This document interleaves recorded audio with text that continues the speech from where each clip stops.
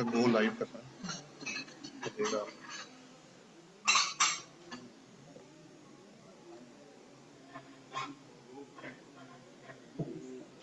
तो वो सबके लिए ठीक है जी। लो ये मेरा गो लाइव हो गया इसका। चला इसको मिनिमाइज कर, फाइल खोल दे ये इसको बड़ा कर दी।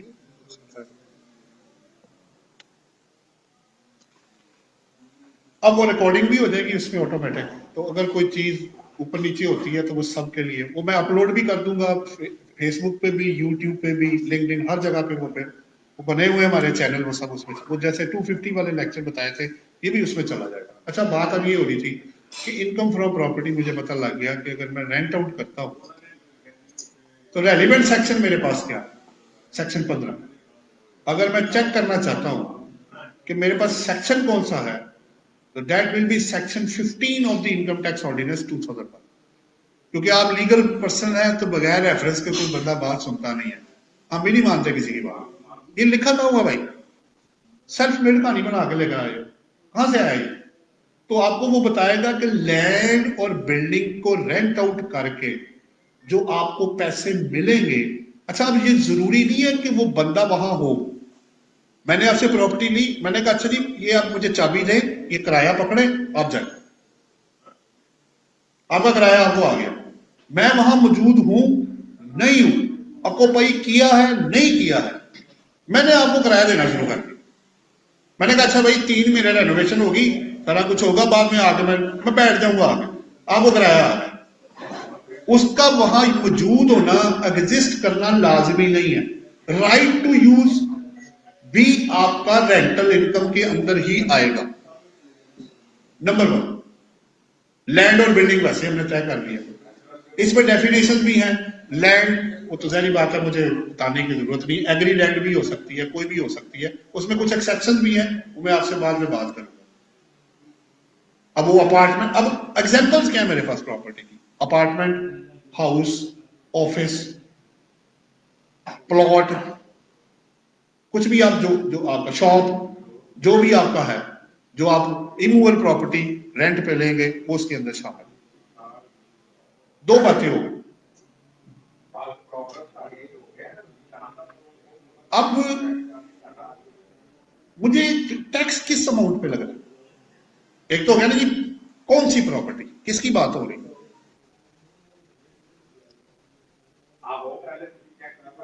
नंबर 2 मेरे पास है कि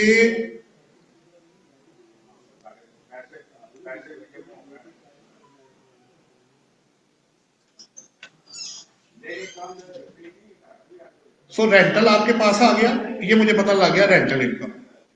अब रेंट कौन सा जो मुझे मिलेगा वो वाला नहीं। यहां 3 चीजें आपने जेल में रखनी, एक है रेंट, एक है फेयर मार्केट रेंट, और एक है रेंट चार्जेबल टू टैक्स। जैसे income, total income, taxable income. तो अगर आप थोड़ी सी कॉमन सेंस इस्तेमाल करें तो मुझे tax rent chargeable to tax के ऊपर ही लगना चाहिए, और उन्होंने डिफाइन कर दिया होगा उसको। सो सबसे पहले क्या है, अगर आपके पास एक्चुअल रेंट आपके पास है,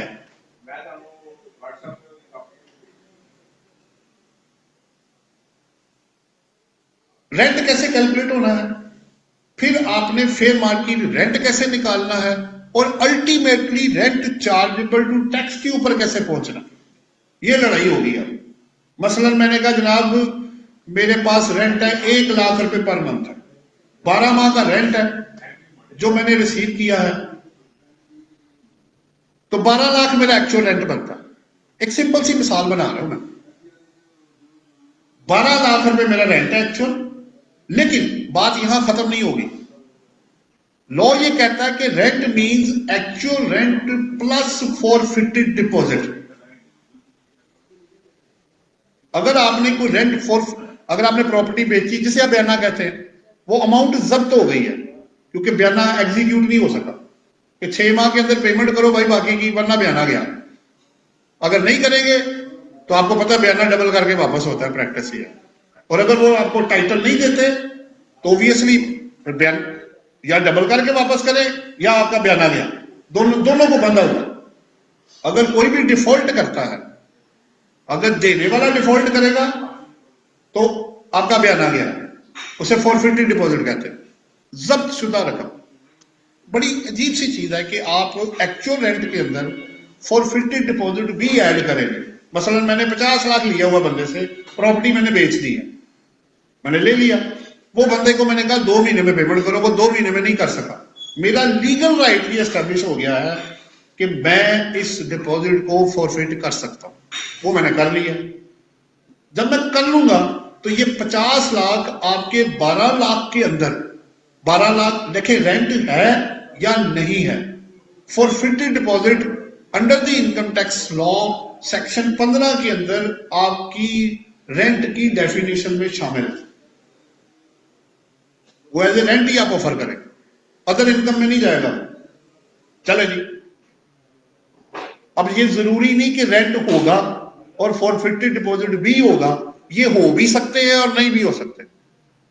पीरियड बड़ा इंपॉर्टेंट है जी। आपने रेंट आउट कब किया जी? मैंने जी जून में किया, तो फिर 1 माह का रेंट आया भाई।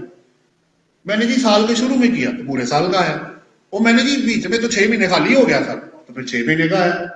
तो पीरियड भी इंपॉर्टेंट है जो रेंट एग्रीमेंट से आपने चेक करना है, क्या ये उस एग्रीमेंट से कोरिलेट करता है। फिर उसमें इंक्रीज का क्लॉज भी होता है, 1 साल बाद 5% बढ़ेगा, 10% बढ़ेगा, 15% बढ़ेगा, 3 साल बाद 25% बढ़ेगा, तो वो इंक्रीज भी इनकॉर्पोरेट करना है।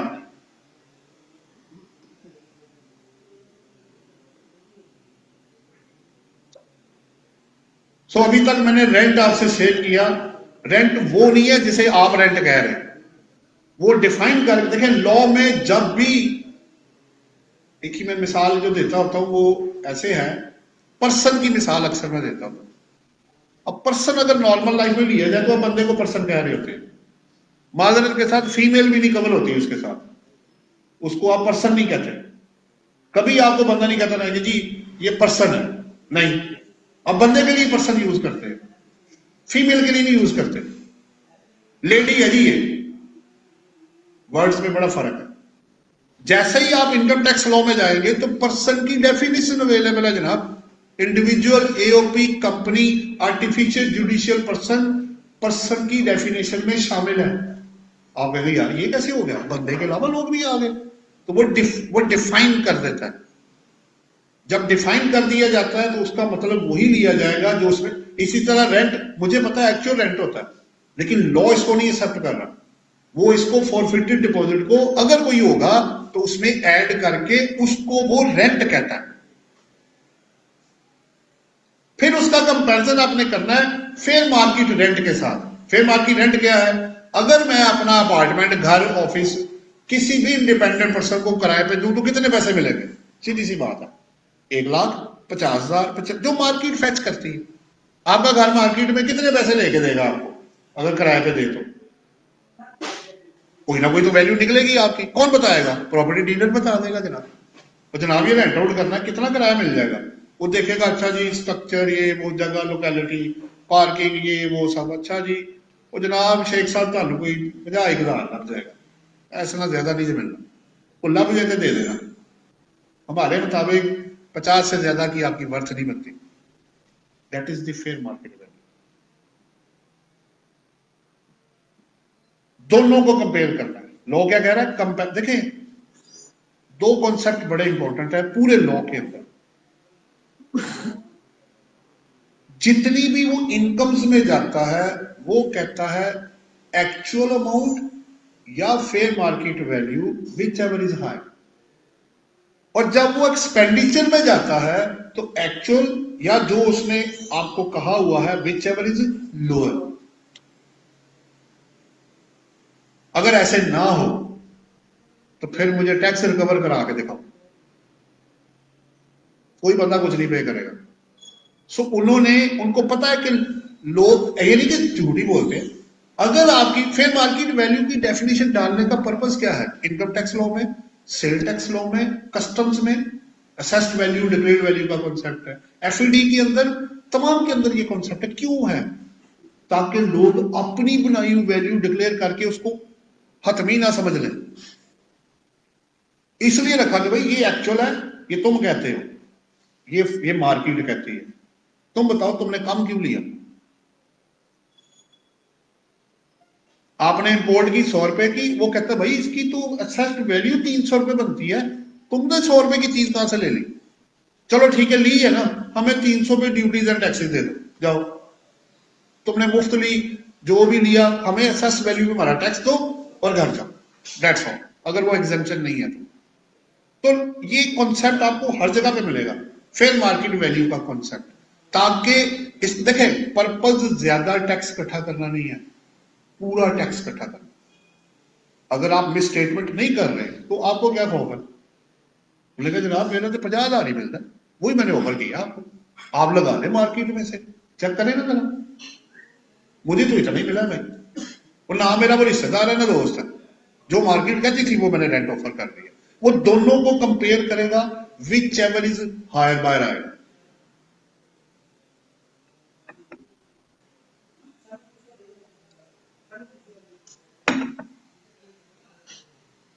अब जब हायर, ये हायर क्यों ले रहे हैं आप, अब आप कैलकुलेट कर रहे हैं तीसरा, वो है रेंट चार्जेबल टू टैक्स।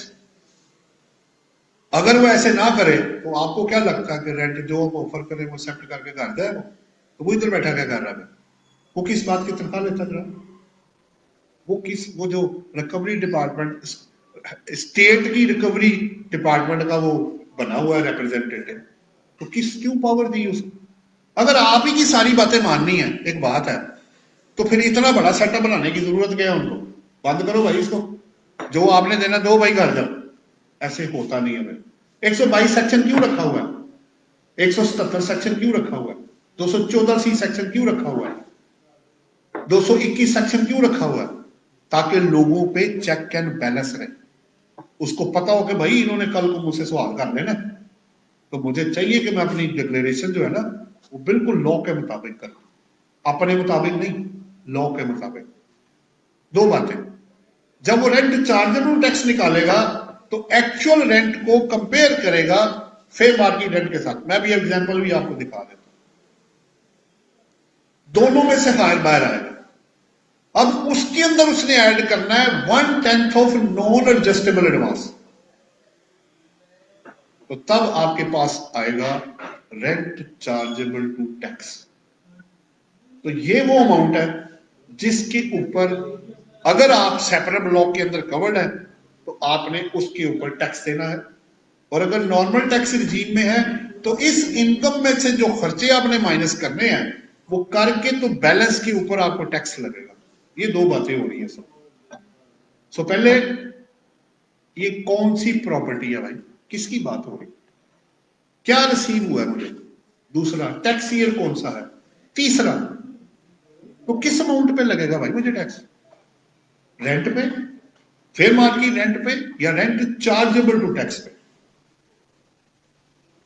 यहां तक बात है। ये आपके सामने जो मैंने आपको दिया है, ये नीचे पड़ा हुआ है, ये जो मैंने आपको बताया है वो लिखा हुआ है 15 सेक्शन 2 में, ये रेंट की डेफिनेशन है। उसके बाद अगले पेज पे फेयर मार्केट रेंट है, और फिर इधर आएगा रेंट चार्जेबल टू टैक्स। आप इसको एक दफा देख सकते हैं, उसके बाद मैं आगे चला जाऊंगा।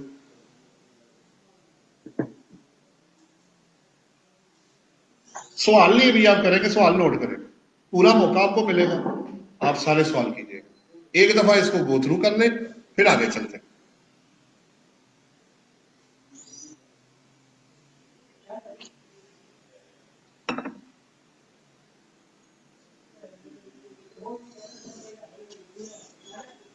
ये मटेरियल भी आपको मिल जाएगा, इसकी टेंशन मत ले आप। मैं क्लास में जब पढ़ाता हूं ना किसी स्टूडेंट्स को या रिप्रेजेंटेशन देता हूं, आप मटेरियल की टेंशन मत लीजिएगा, वो मिल जाएगा आपके लिए ही है, सबके लिए। आप यहां पे ना पढ़ने नहीं आए, पढ़ना आपको अगर ना आता तो आप LLB ना करते, आप पास ना हुए होते। पढ़ना आपको आता है और लिखना भी आता है, ये तय हो गया। तो यहां फिर क्या करने आएगा, सिर्फ समझने आएगा। मैं समझता हूं टीचर वो होता है, प्रोफेशनल वो होता है जो मुझे पढ़ाए ना, मुझे समझाए। बाकी मैं खुद ही कर लूँ। This is why you are graduate और हैविंग LLB डिग्री। पढ़ना आपको ना आता होता तो आप यहां तक पहुंचते ही ना भाई। समझना है सिर्फ आपने, मटीरियल आपके पास है। अगले दिखाऊं, रेंट, फेयर मार्केट रेंट, वही जो 68 सेक्शन में डेफिनेशन है, जो मार्केट में फेच होगी, चाहे वो एसेट है, सर्विसेज है, बेनिफिट है, कोई चीज है, वो मार्केट में जो चीज फेच करेगी उसको फेयर मार्केट वैल्यू कहा जाता है। और ये बार बार आपको पंच करेगा, ये हर जगह पे आएगा और बार बार आएगा। इसका कॉन्सेप्ट बहुत इंपॉर्टेंट है, क्योंकि वो पूरा टैक्स आपसे चाहते हैं, कोई बंदा चीट करके ना निकल जाए। मसलन रेंट बनता है 1 लाख रुपए, आप अपने उसको कहते हैं यार शो हम ऐसे करते हैं 25,000 कर देते हैं, रेंट एग्रीमेंट हो गया, पैसे भी इतने लूंगा, शो भी इतना कर देंगे, वो मान लेंगे हमारी बात, वो नहीं मानेंगे आपकी बात। गलत फहमी है आपको, खुश फहमी है, वो नहीं मानेगा आपकी बात को। वो कहेगा भाई आपकी शादमान में ये प्रॉपर्टी 5 मरले की प्रॉपर्टी है, डबल स्टोरी बिल्डिंग है, 5 साल हुए उसको बने हुए, ये 25,000 में कौन देता भाई? तो ये एक वजह बता दो कि मैं बात मान लूं आपकी। इसकी तो 1 लाख रुपए से कम वैल्यू निकलती नहीं भाई, तुमने 25,000 में कैसे दे दी? अब मैं तुम्हें 1 लाख में लेके जाऊंगा और 12 लाख के ऊपर टैक्स कैलकुलेट करूंगा, वरना मुझे एक्सप्लेन कर दो कि मैं इसको 25 को 1 लाख पे क्यों ना लेके जाऊं। फिर लड़ते रहना अपील में जाके, जज के सामने जाके ना सफाइयां पेश करना पड़े, ओ जी मैं ये तो मैं वो तो मैं फलाना। तो फेयर मार्केट वैल्यू का जो कॉन्सेप्ट है वो बहुत इंपॉर्टेंट है। जो आपने कहा है वो लाजमी नहीं आपकी बात मान ले। मैं आपको बताता चलूं, इसके ऊपर रिकैरेक्टराइजेशन ऑफ टैक्सेशन की पावर उनके पास है, ट्रांसफर प्राइसिंग के ऊपर रूल्स बने हुए हैं। तो फेयर मार्केट का जो कॉन्सेप्ट है वो बड़ा इंपॉर्टेंट है from all taxes point of view. आप value of supply sale tax में कम कर देते हैं, 100 रुपए को आप 70 रुपए कर देते हैं, तो नुकसान किसको है? उसको तो टैक्सेस पूरे नहीं मिल रहे। आपने भी 30 ब्लैक कर लिया अपना, जो पेपर पे आना था, वो ऑफ द रिकॉर्ड लिया या नहीं लिया वो बात की बात है, पेपर में जो आना था वो नहीं आया। अब कस्टम में लोग डिक्लेयर्ड वैल्यू कुछ और कर रहे होते हैं, अक्सर कुछ और ही होती है, क्यों? तो वो तो टैक्सेस नहीं छोड़ेगा आपके, वो तो लेगा अपनी वैल्यू पे, अनलेस एग्जम्पशन आपको मिले। तो फेयर मार्केट वैल्यू हर जगह पे नजर आएगा, एक जगह पे नहीं, हर जगह पे। उसकी जरूरत क्या है? रीजन मैंने आपको बता दी, मुझे पूरा टैक्स चाहिए जनाब। अगर आप मुझे लॉ के मुताबिक और जो मार्केट में सिचुएशन एग्जिस्ट करती है उसके मुताबिक दे रहे हैं, दैट्स ऑल, आप जा सकते हैं। अच्छा, अब ये तो होगी आपकी इनकम साइड। अच्छा, दूसरा, अब अगला जो क्वेश्चन है वो नेक्स्ट ये है, जैसे मैंने सैलरी में बताया था वो रिसीव्ड बेसिस पे है, अनलेस सैलरी को जानबूझ के आप डेफर ना कर दें टैक्स बचाने के लिए, तो वो कैश को अक्रूवल में कन्वर्ट कर सकते हैं 110 सेक्शन में। प्रॉपर्टी इनकम ऐसे नहीं है, रिसीव्ड और रिसीवेबल। अगर रेंट आपका रिसीवेबल है, यानी टेनेंट बैठा हुआ है, पैसे नहीं दे रहा आपको, दे दूंगा मैं आपको बाद में, तो आपने रिटर्न में ऑफर करना है, रिसीव्ड हुआ या नहीं हुआ, या लेट होगा। नहीं होने का मतलब ये नहीं कि बाद में नहीं आएगा। अगर एक ये भी सवाल है कि अगर बंदा पैसे मार के भाग गया तब क्या होगा? मैंने तो ऑफर कर दिया, बाद में पता लगा बंदा ही भाग गया, रातों रात सामान उठाया गायब हो गया, अब मैं क्या करूं? पहले मैं अपने लीगल स्टेप्स लूंगा, रिकवरी की कोशिश करूंगा, अगर मुझे नहीं मिलता तो उसका भी उन्होंने एक सेक्शन रखा हुआ है कि आप इसके अगेंस्ट अपने बैड डेट्स को जिस तरह बिजनेस में माइनस करते हैं, तो उसको अनपेड रेंट कहता है, वो आप माइनस कर सकते हैं। भाई मैं उस अमाउंट पे टैक्स दे रहा हूं जो मुझे मिलनी ही नहीं, इतना तो दिमाग मेरा खराब नहीं हुआ हुआ। भाई मेरे पैसे मुझे दो, उसमें से टैक्स ले लो, मुझे क्या मसला? बैड डेट्स क्यों लो होते हैं? भाई मुझे रकम नहीं मिलनी, वो तो जब मिलनी ही नहीं तो मैं तो जीरो हो गया, तो फिर टैक्स किस बात का दूं मैं आपको?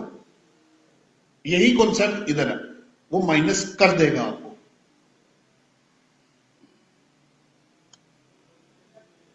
बाकी वो एग्जांपल्स मैंने आपको बता दी, ये एक छोटी सी एग्जांपल है। अगर आपको रेंट 15,000 रुपए है, 1 लाख रुपए का एडवांस है, सिंपल सी एग्जांपल बनाई हुई है, इसमें फेयर मार्केट या और कोई कॉन्सेप्ट नहीं डाला गया, तो अज्यूम किया गया कि जो रेंट आया है वही फेयर मार्केट रेंट है, ठीक है, वही बराबर हो गया है। तो आप एक्चुअल रेंट निकालेंगे 15,000 12 और 1 लाख रुपए का नॉन एडजस्टेबल एडवांस है, इसका 1/10 आपने लेना है, तो 180 उधर से आया, 10 उधर से आया, 1,90,000 रुपए ये आपके सामने पड़ा हुआ। लेकिन अगर इसी सवाल में मैं आपको ये कह दूं कि जो फेयर मार्केट रेंट है वो 4 लाख रुपए है, जो टैक्स ऑफिसर ने डिटरमिन किया, कहते भैया झूठ बोल रहे, ये 15,000 नहीं बनता भाई, ये ज्यादा है। प्रॉपर्टी की लोकेशन, एरिया और कंडीशंस को देखते हुए 4 लाख से कम रेंट नहीं आ रहा भाई, मुझे जवाब दे, वरना आपके 180 को मैं लेके जाऊंगा 4 लाख पे और फिर उसमें ऐड करूंगा आपका 1/10, तो वो वैल्यू ऊपर जाएगी, ऑब्वियसली टैक्स आपका बढ़ जाएगा। सो ये कॉन्सेप्ट जेन में रखना है कि सिर्फ एग्रीमेंट नहीं लेना, सिर्फ जुबानी बात नहीं करनी, ये भी चेक करना है कि भाई ये मार्केट से मैच नहीं करता, ये आप ही बना के लेके आ गए हो, वो नहीं मानेंगे आपकी बात। If you will fail to justify your contention that will be rejected, क्योंकि भाई आपकी प्रॉपर्टी 12 लाख की यार बनती है, रेंट बनता है, तुम सारा मुझे 3 लाख रुपए ऑफर कर रहे हो, ये ऊंट के मुंह में जीरा डाल रहे हो क्या मजाक है भाई ये, या साबित करो कि तुम्हारा इतना रेंट कम क्यों है। हाँ आप कहते जनाब मैंने पूरी बिल्डिंग नहीं रेंट पे दी, वो तो एक कमरा मैंने रेंट पे दिया है उसको, आप आगे चेक करें, बिल्कुल दें आप, जस्टिफिकेशन दें, रीजन होनी चाहिए आपके पास, मेहनत करनी पड़ेगी आपको, लेकिन आपकी चीज बड़ी मजबूत बन जाएगी। अच्छा, रेंट होगा तो आएगा, नॉन एडजस्टेबल एडवांस होगा तो 1/10 आएगा, और अगर खाली पड़ा रहा तो फिर मुझे कोई बात नहीं, इनकम कोई नहीं, मुझे टैक्स भी देने की जरूरत नहीं। फेयर मार्केट रेंट तो तब आएगा जब वाकई रेंट पे दिया होगा, है ही नहीं, खाली पड़ा हुआ, सारा साल खाली पड़ा रहा, अब मैं क्या करूं, जीरो इनकम जनाब। फिर अगर आपको रिसीव्ड या रिसीवेबल में आप आ गए, वो मैंने आपको पहले बता दी। अच्छा, अब क्या मैं अपनी इनकम के अगेंस्ट कोई खर्चे माइनस कर सकता, या मुझे जो आरसीटी निकला है उस पर टैक्स पे करना है? दो सवाल आ गए अलग अलग। इस वक्त जो 2021 के लिए कानून है कि उन्होंने कंपनी को, तो 20 में भी यही था, 21 में भी यही है, उन्होंने कहा भाई तुमने तो खर्चे माइनस करने हैं 15 के, हाँ जी ठीक है, तो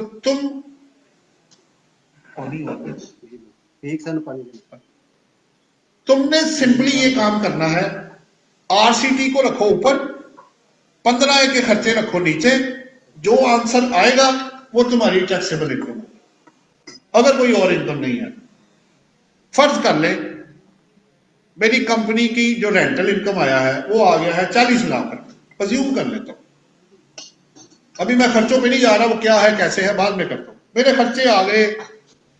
अब अच्छा, खर्चों में 2-3 बड़ी इंपॉर्टेंट चीजें, पहला वही सब आ जाए, थोड़ा सा इधर कर ले,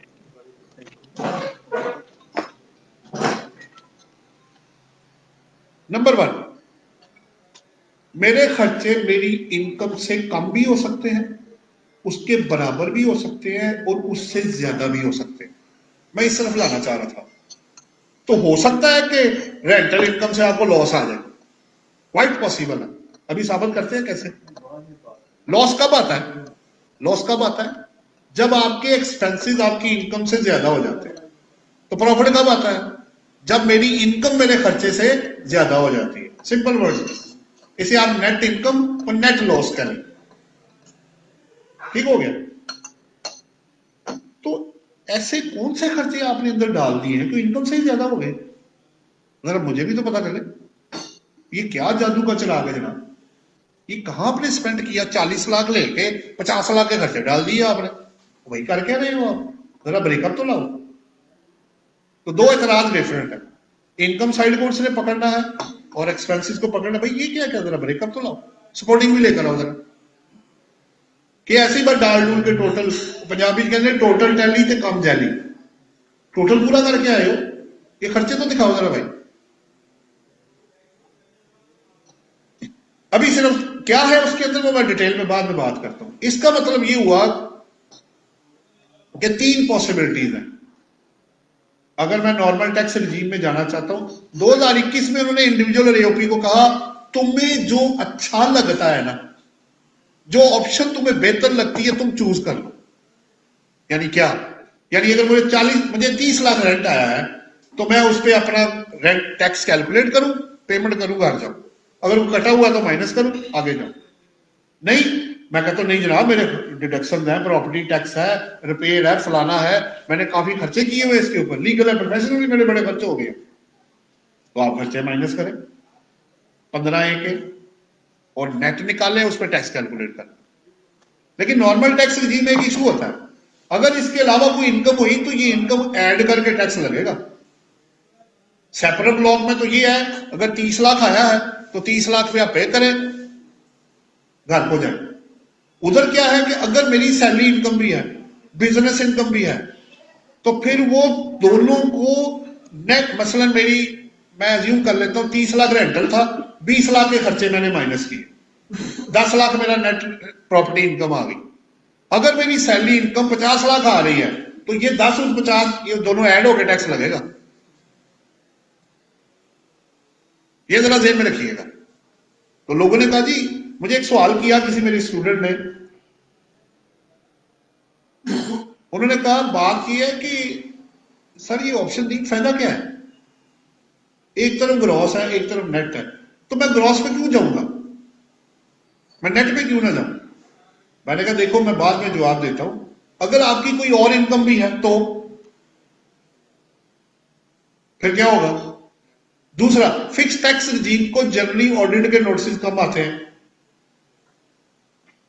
ये मैं ये नहीं कह रहा कि नहीं आते, अब खत्म हो गया पुराना दौर वो 214C में कि एफटीआर और एनटीआर का ऑडिट नहीं होता था सैलरी वाले का, वो अब नहीं है।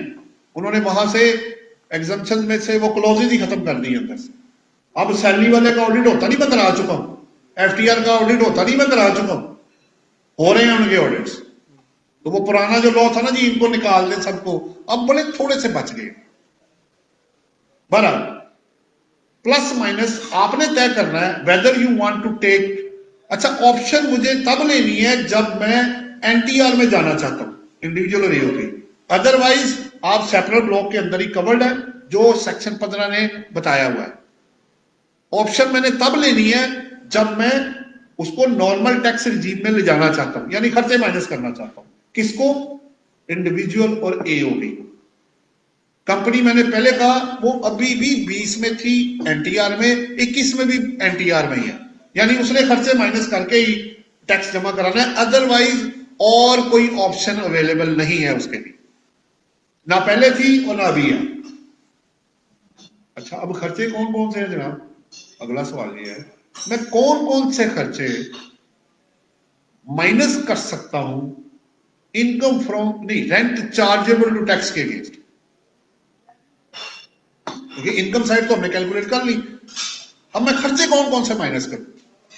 उन्होंने एक लिस्ट पूरी बनाई हुई है सेक्शन 15A में, दो सिर्फ ऐसे हैं जो परसेंटेज बेसिस है, बाकी सारे एक्चुअल बेस है। एक्चुअल मींस आप करेंगे तो मिलेगा, नहीं करेंगे तो नहीं मिलेगा। 2% वाले क्या, वैसे तो कलेक्शन और एडमिन चार्जेस भी एक्चुअल बेस भी अकाउंट फॉर होता है।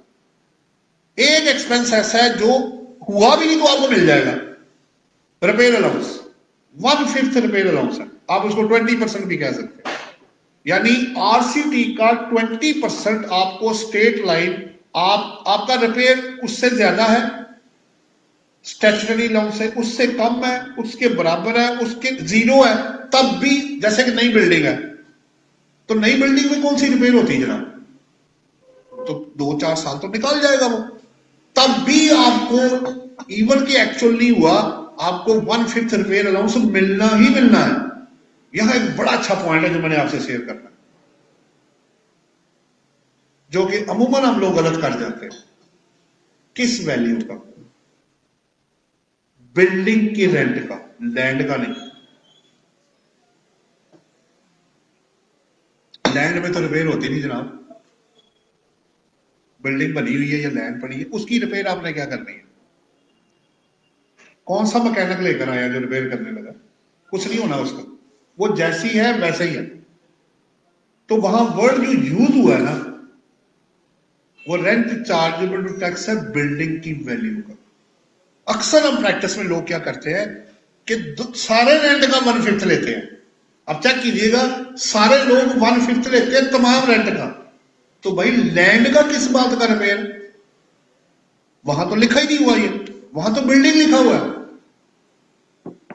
तो एक होता है कि प्रैक्टिस क्या हो रही है, एक क्या होता है लॉ क्या कहता है। तो मैंने आपको वो बताया जो लॉ कह रहा है, और प्रैक्टिस में लोग क्या कर रहे हैं, टोटल का ठोकी जा रहे हैं। वो कह रहे हैं यार बस ठीक है, यही रेंट है, बस ठीक है। जिस दिन कभी लड़ाई पड़ गई ना और ये डिस्प्यूट अराइज हुआ, तो मेरी जान कोर्ट से तो तुम निकल नहीं सकोगे। उन्हें कहना जनाब लिखा क्या हुआ जी, बिल्डिंग की रिपेयर। तो तुम लैंड में कहां लिए जा रहे हो भाई? लैंड में कौन सी रिपेयर होती है? चलो ये तो बताओ। वो आपको आगे नहीं जाने देगा। जब कानूनी बंदा हट जाता है, आपको पता है, कहता है जनाब लिखा हुआ है, आपका बनता है, मिलना है, नहीं मिलना तो बहस ना करना, अगला पॉइंट बताओ अगर कोई है तो। बड़ी स्ट्रेट बात होती। आपने ये बात की, किधर है? लाओ दिखाओ किताब में। अच्छा लिखा हुआ, क्या लिखा हुआ है? पढ़ो इसको। सर जी ये लिखा हुआ है, तो वहां तो रिपेयर बिल्डिंग का लिखा हुआ है, आप लैंड का कहां से लिए जा रहे हैं? और पिछले 5 साल से लिए जा रहे हैं आप। अब या तो आप जानबूझ के कर रहे हैं या आपको वाकई पता नहीं है, दोनों में से कोई एक चीज है। लेकिन दोनों सूरतों में आपने अनड्यू बेनिफिट लिया है जिसके आप एंटाइटल्ड नहीं है अंडर द लॉ, नंबर 1। फिर दूसरा है जो परसेंटेज है, वो कलेक्शन चार्जेस है, कलेक्शन एंड एडमिन चार्जेस। अगर आपने बंदा रखा हुआ है कलेक्शन के लिए या एडमिन के लिए बंदा है उस बिल्डिंग के लिए, तो आपको पिछले साल था ये 6%, इस साल हो गया 4%। 4% 2021 के लिए, 6% 2020 के लिए। किसका? अब वो पूरे का देगा, क्योंकि कलेक्शन पूरे रेंट की होनी है।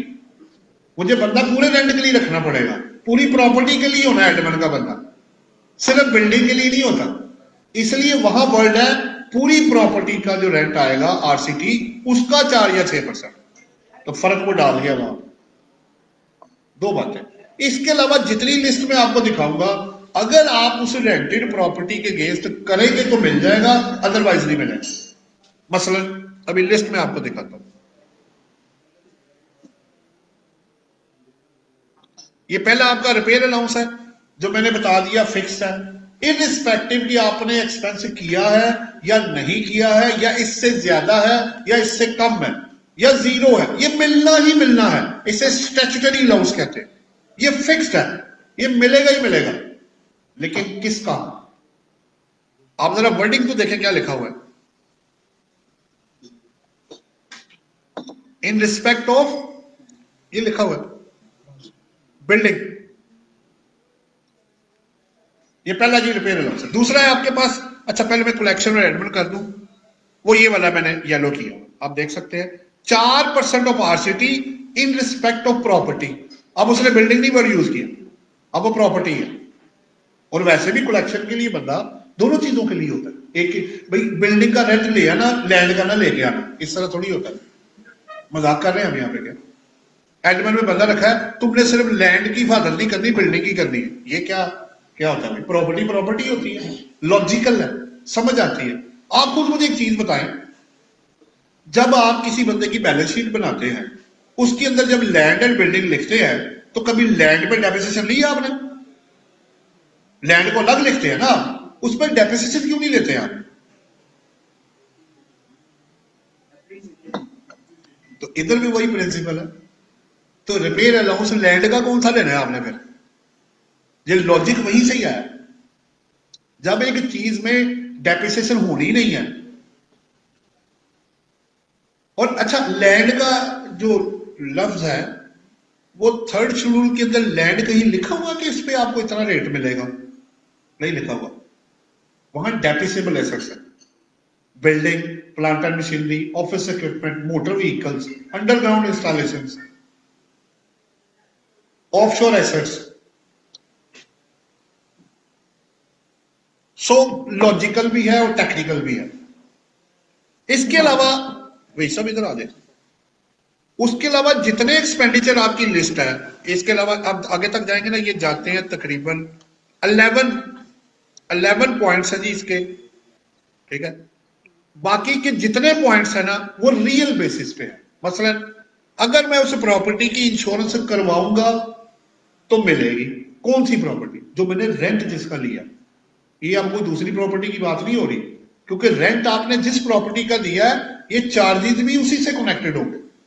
अब ये ना हो कि आप खुद रह रहे हो और कहें जनाब मैंने जो घर का प्रॉपर्टी टैक्स दिया वो भी मुझे एक्सपेंस दे। वो कहेगा भाई आपका आधा पोर्शन रेंटेड आउट है, आधे का जो बनता है वो आप लेंगे, सारा नहीं मिल सकता।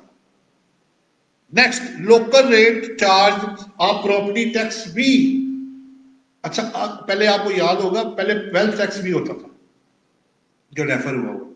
आप इस प्रॉपर्टी के अगेंस्ट वेल्थ टैक्स और प्रॉपर्टी टैक्स या उस प्रॉपर्टी के अगेंस्ट वो होता है लग्जरी टैक्स आपका, अगर उस पर कोई चार्ज आप पे करेंगे तो आप वो भी डिडक्शन क्लेम कर सकते हैं। कमर्शलाइजेशन फी भी आप पे करते हैं, आपको भी पता है। लेकिन फिर वही बात है, रेंटेड प्रॉपर्टी की बिजनेस या पर्सनल वाली नहीं, उसकी बात नहीं हो रही। जिस प्रॉपर्टी का रेंट आया है एक्सपेंडिचर भी उसी प्रॉपर्टी के होंगे। ग्राउंड रेंट, ग्राउंड रेंट असल में ये होता है लैंड मेरी है, कंस्ट्रक्शन इन्होंने की है, आपने हमें इकट्ठा रेंट दे दिया कि जिन आप प्रॉपर्टी का मैं आपको 1 लाख दे रहा, आप आपस में तय कर लें कि मुझे 1 लाख पूरा आ गया, लेकिन सिर्फ मेरी जमीन है या जमीन इनकी है बिल्डिंग मेरी है, रेंट मेरे पास आया। अब चूंकि मैं सिर्फ बिल्डिंग का मालक हूं, लैंड के मालक ये हैं, तो मैं उसमें से जो लैंड का रेंट होगा वो मैं इनको दे दूंगा, तो बाकी क्या बचेगा?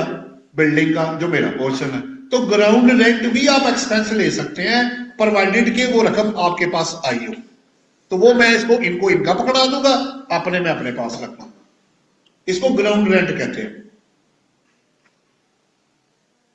Markup on loan for property, property की एक्विजिशन कंस्ट्रक्शन या रेनोवेशन पे लोग लोन ले लेते हैं, लोन लेके बना लेते हैं, फिर रेंट आउट कर देते हैं। तो वो जो मार्कअप आप पे कर रहे होंगे उस, फिर वही बात, ये बिजनेस की और पर्सनल प्रॉपर्टी नहीं है, ये पर्सनल हो सकती है पर रेंट आउट हुई होगी। ये रेंटेड प्रॉपर्टी के ऊपर जो लोन आएगा उस पे जो मार्कअप आप पे करेंगे वो आप एक्सपेंस क्लेम कर सकते हैं। Share in rent of house building finance corporation और शेड्यूल बैंक। अगर आपने, अच्छा 2 तरीके होते हैं किसी बंदे को अपने साथ लाने के, as a investor, as a lender. अगर आप उससे लोन ले रहे हैं तो आप ऊपर वाले में हैं, और अगर वो कहता है जनाब ऐसे करते हैं मिल के कर लेते हैं, आधा पैसा मेरा आधा तुम्हारा, तो फिर आप उसको उसका शेयर देंगे, वो अपने शेयर का जिम्मेदार होगा और आप अपने शेयर के। जैसे मैंने इन्हें ग्राउंड रेंट दिया, आपने कहा चलो यार इकट्ठे ही मिलकर बनाते हैं, जो तुम्हारा हिस्सा होगा वो तुम ले लेना, जो मेरा हिस्सा होगा वो मेरे पास आ जाए।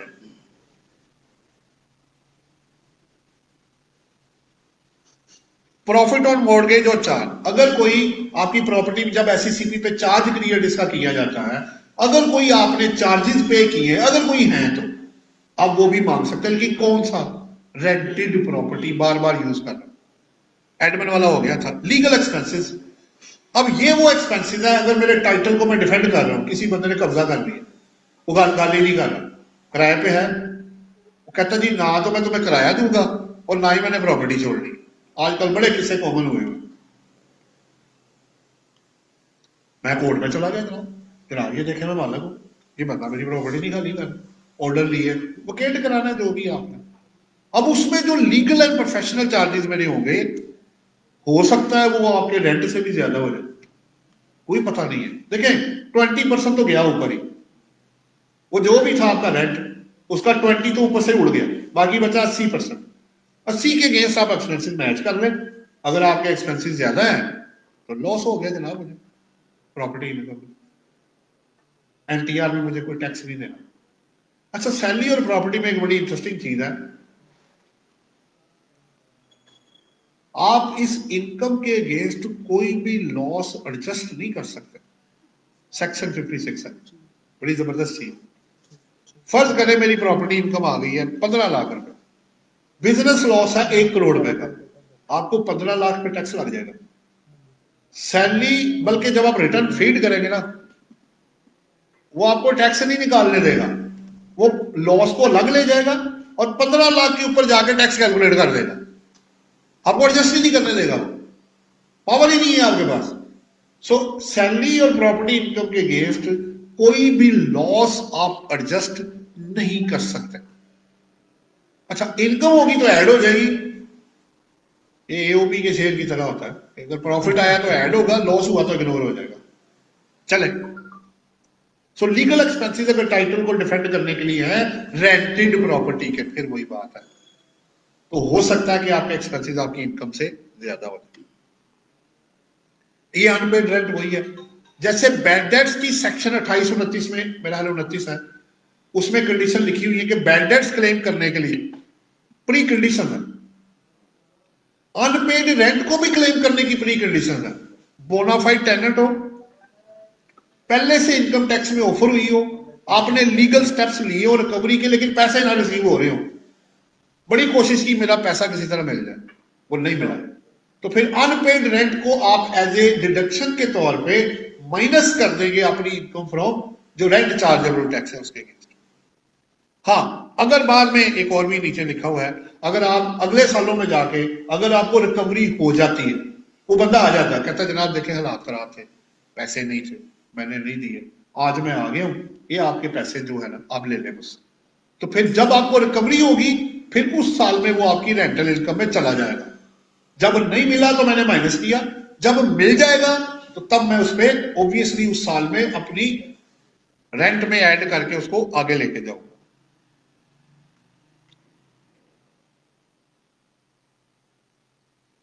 ये बड़ी इंटरेस्टिंग है जी।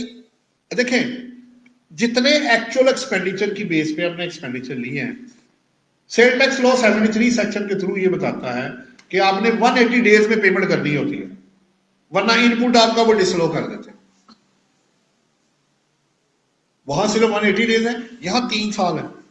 जिस साल में आप क्लेम करेंगे वो प्लस अगले 2 साल। अगर आपने कोई trading liability as a expense claim कर लिया और वो आपको मिल गया और उसकी पेमेंट आपने विद इन 3 टैक्स ईयर्स के अंदर करनी है, अगर तो आप कर देते हैं ठीक है, लेकिन अगर आपने ना की तो वो जो एक्सपेंस आपको पहले अलो हुआ है वो डिसअलो कर दिया जाएगा, क्योंकि आप वो चीज लेने आ गए जिसकी पेमेंट ही नहीं होनी।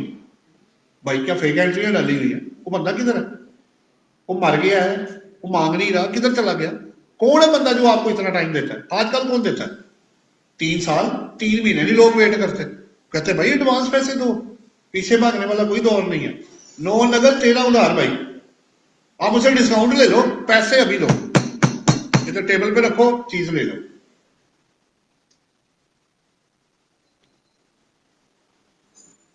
फिर भी वो आपको लो 3 साल का अरसा, बहुत अरसा है भाई, लेकिन अगर डिसलो होने के बाद चौथे 5वें 6ठे या किसी भी साल में अगर आप पेमेंट कर देते हैं, देखिए इनकम में आई तो इनकम टैक्सेबल हो गई थी अनपेड होने के बाद, अगर ये एक्सपेंस डिसलो होने के बाद आप पेमेंट कर देते हैं पार्टली या फुली, उस साल में आपको एक्सपेंस मिल जाएगा, वो कोई मसला नहीं है। अब आखिरी इससे रिलेटेड जो पॉइंट है, ये बड़ा इंटरेस्टिंग पॉइंट है जो मैं आपसे शेयर करने जा रहा हूं। जब बंदा ओवरऑल शेयरिंग कर रहा होता है तो उसका मीनिंग निकाल रहा होता है। आपने सेक्शन 21 पढ़ा होगा कि बिजनेस के एक्सपेंस, बिजनेस के अगेंस्ट कौन कौन सी डिडक्शन आप माइनस नहीं कर सकते, वो सेक्शन 21 बिजनेस के अगेंस्ट लिखा हुआ है। लेकिन इधर आपको सेक्शन 15A का 5 और 6 के साथ जब आप मिला के पढ़ेंगे तो वो आपको ये बताता है, ये 15A का 6 लिखा हुआ है कि अगर आपने 21 सेक्शन की कंप्लायंस प्रॉपर्टी इनकम के एक्सपेंसेस पर भी ना की तो ये भी एक्सपेंस डिसलो हो जाएगा। और यही प्रिंसिपल कैपिटल गेन के एक्सपेंडिचर के ऊपर है, और यही लिमिटेशन 39 सेक्शन के अगेंस्ट जब आपके एक्सपेंडिचर होने हैं 40 सेक्शन उसके ऊपर भी है। तो 21 सेक्शन सिर्फ प्रॉपर्टी इनकम, सिर्फ बिजनेस इनकम के अगेंस्ट नहीं है, वो आपके प्रॉपर्टी इनकम के एक्सपेंसेस, कैपिटल गेन के अगेंस्ट एक्सपेंसेस और अदर इनकम के अगेंस्ट के जो एक्सपेंसेस हैं उन पे भी इक्वली अप्लाई किया जाता है। वहां नहीं लिखा हुआ, 21 को अगर सिर्फ पढ़ेंगे वहां नहीं नजर आएगा, लेकिन जब आप इधर आके पढ़ेंगे तो इसमें लिखा हुआ कि जो प्रिंसिपल वहां अप्लाई किए गए हैं वही मसलन अभी बना लेते हैं। आपने कहा जी मैंने लीगल एंड प्रोफेशनल 10 लाख रुपए पे किए, अज्यूम कर लेता हूं, मैंने कहा ठीक है भाई,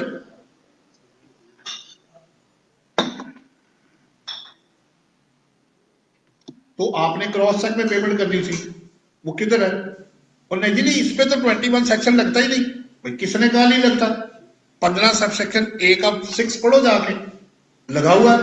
आपने नहीं दिया, आपका एक्सपेंस डिसलो हो जाएगा। आप अगर आप विद होल्डिंग एजेंट है 155 में, आपने सर्विसेज ली है, आपने टैक्स नहीं काटा, आपका एक्सपेंस डिसलो हो जाएगा। सो जहां जो जो एप्लीकेशन, फिर तीसरा एक और भी है, मैंने कहा अच्छा जी लीगल है प्रोफेशनल किसको दिए जी? वो जी मैंने एक वकील है उनको दिया, मैंने कहा लो भी बिल दो, वो जी बिल तो मेरे पास नहीं है, फिर एक्सपेंस नहीं मिलेगा। विदाउट सपोर्टिंग डॉक्यूमेंट के 174 सेक्शन आपको हिट हो जाएगा किधर बता, कंप्लायंस करनी पड़ेगी। प्लस दूसरी लिमिटेशन ये लगाई, अगर कोई एक्सपेंडिचर किसी और हेड में आप क्लेम कर चुके हैं, देखें एक एक्सपेंडिचर 2 दफा माइनस नहीं होता, 73 सेक्शन अवेलेबल है आपके पास। अगर आपने कोई एक्सपेंडिचर रिपेयर का किसी और हेड में क्लेम किया हुआ है या लीगल एंड प्रोफेशनल कहीं और एडजस्ट किया हुआ है, तो आप फिर यहां माइनस नहीं कर सकेंगे। इससे कनेक्टेड जो एक्सपेंस होगा वही आप माइनस कर सकते हैं, और एक दफा। तो ये 15A की कुछ, ये आखिरी वो वाला है जो मैंने आपको बताया कि अब ऑप्शन ओपन हो गई है। जहां 40 लाख रुपए लिखा हुआ था, उन्होंने सेक्शन 15 का जो ए का 7 है वहां से 40 लाख रुपए वहां से गायब कर दिया। यानी आप ऑप्शन ओपन कर दी है, अगर आपकी income net chargeable to tax 40 lakh से नीचे भी है तो चॉइस आपको दे दी गई है कि आप चाहे तो सेपरेट ब्लॉक में टैक्स पे कर दें और चाहे आप नॉर्मल टैक्स रिजीम में चले जाए, लेकिन कंपनी को निकाल के।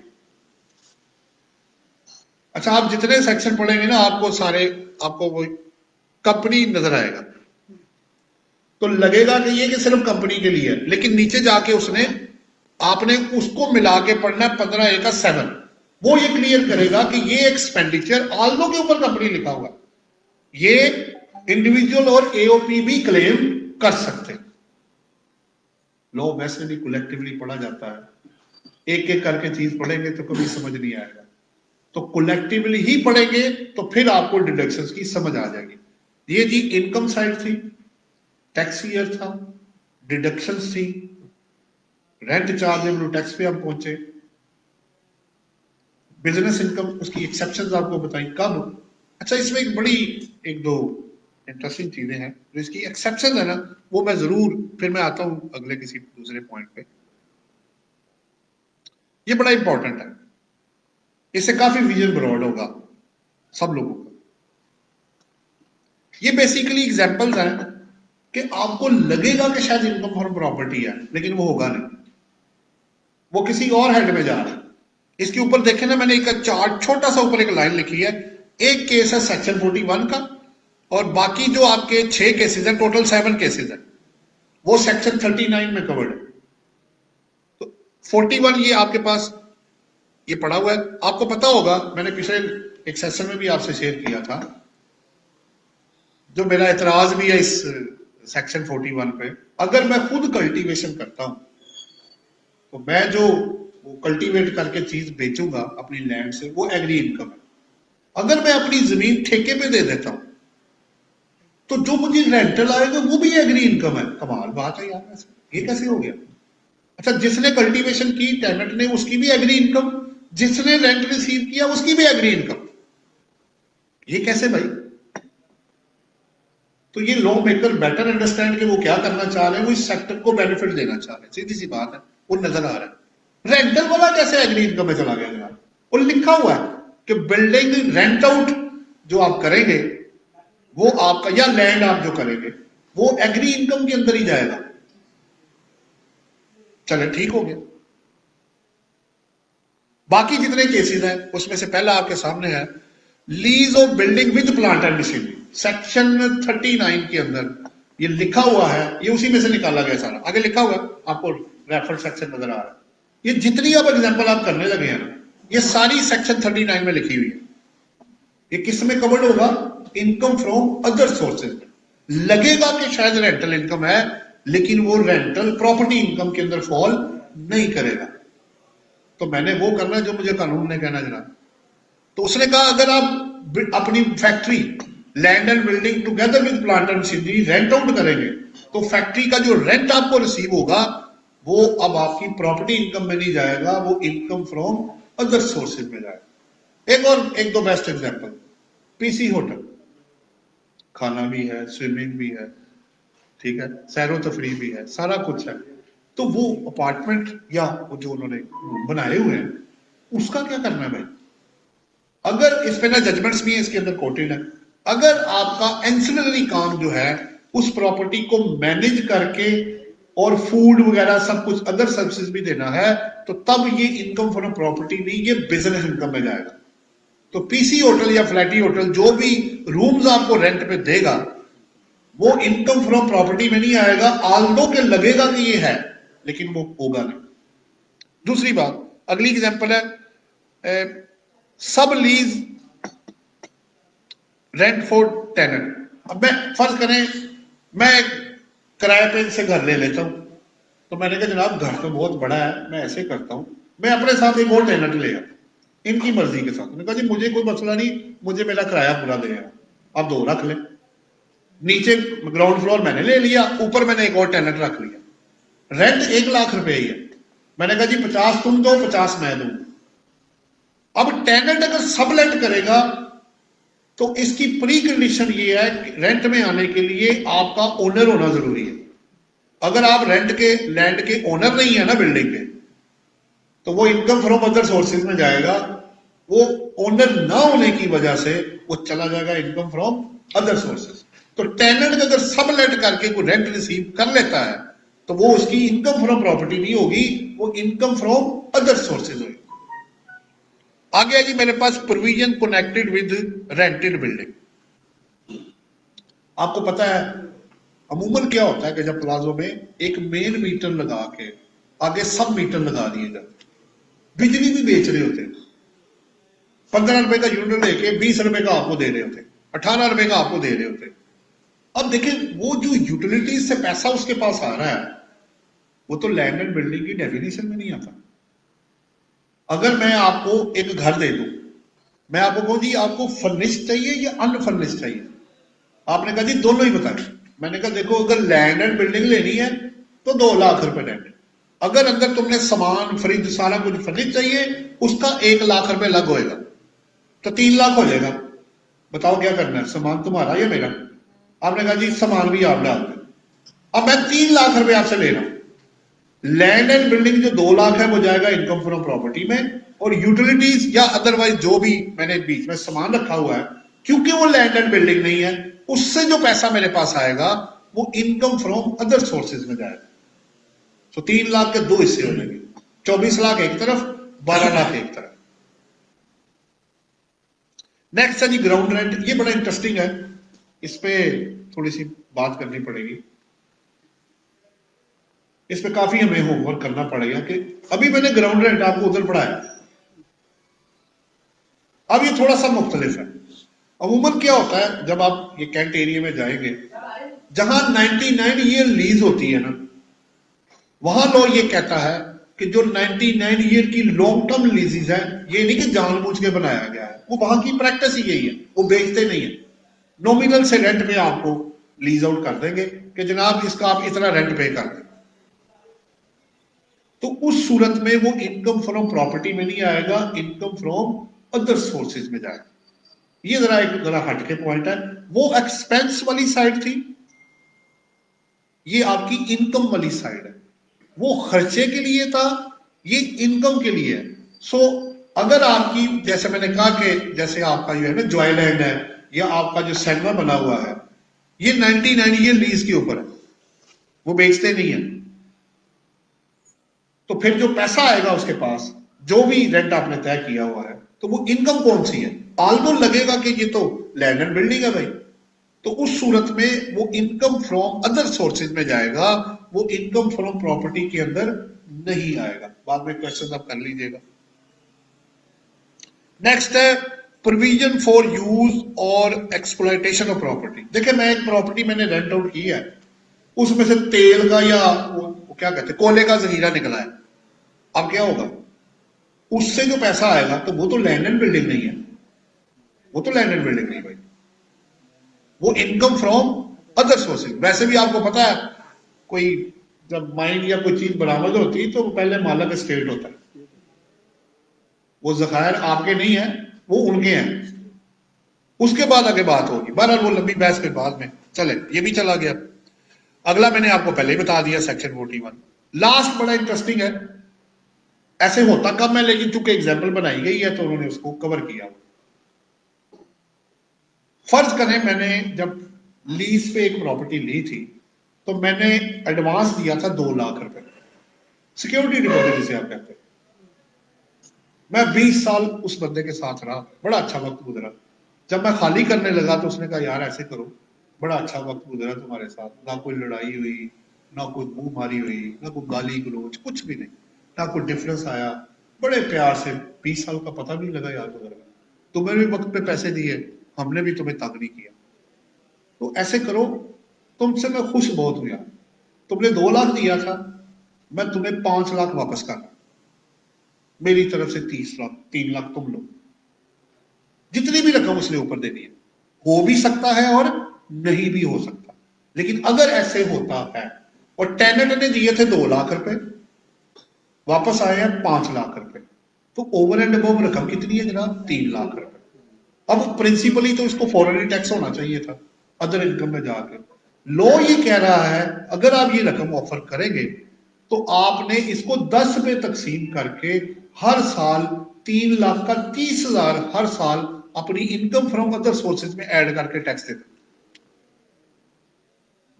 जहां जहां लोग सच बोलते हैं, लॉ भी फैसिलिटी देता है, बिल्कुल देता है। एरियर सैलरी पे ऑप्शन आपको दी हुई है, बिल्कुल दी हुई है। गोल्डन हैंडशेक में ऑप्शन आपको दी हुई है, यहां ऑप्शन आपको दी हुई है, देते बट ठीक है। क्यों? जिस मुल्क में खुशी से लोग टैक्स पे करने को नहीं तैयार, जो एक कड़वा सच है हमारे मुल्क के। बाकी रिमार्क साथ बंदे के अपने होते हैं, अगर वो करने बैठ जाएंगे तो कभी बात खत्म नहीं होगी। लोग कहते हैं मिलता क्या है, वो कहते हैं आप देते क्या हो, तो ये लड़ाई तो बड़ी लंबी शुरू हो जाएगी, तेरे मेरे के चक्कर में हमारा रह जाएगा, वो मैं छोड़ना नहीं चाह रहा। सो अगर आपको ओवर एंड अबाउट रकम मिली है जो आपने डिपॉजिट कराया था एज ए टेनेंट, अगर मिल गई तो जो डिफरेंस आएगा उसको 10 पे तकसीम करके इक्वल प्रोपोर्शन में आपकी इनकम फ्रॉम अदर सोर्सेज में ऐड कर दिया जाएगा। तो ये कुछ एक्सेप्शन थी, आपको नजर आएगा कि शायद वो रेंटल इनकम होगी, लेकिन वो रेंटल इनकम नहीं है, वो या तो एग्री इनकम में गया है या इनकम फ्रॉम अदर सोर्सेज में गया है। अब अगला सवाल ये है टैक्स का रेट किधर है? ये आपके पास 2 लाख काफी देर से निल है, मैक्सिमम आपके पास है।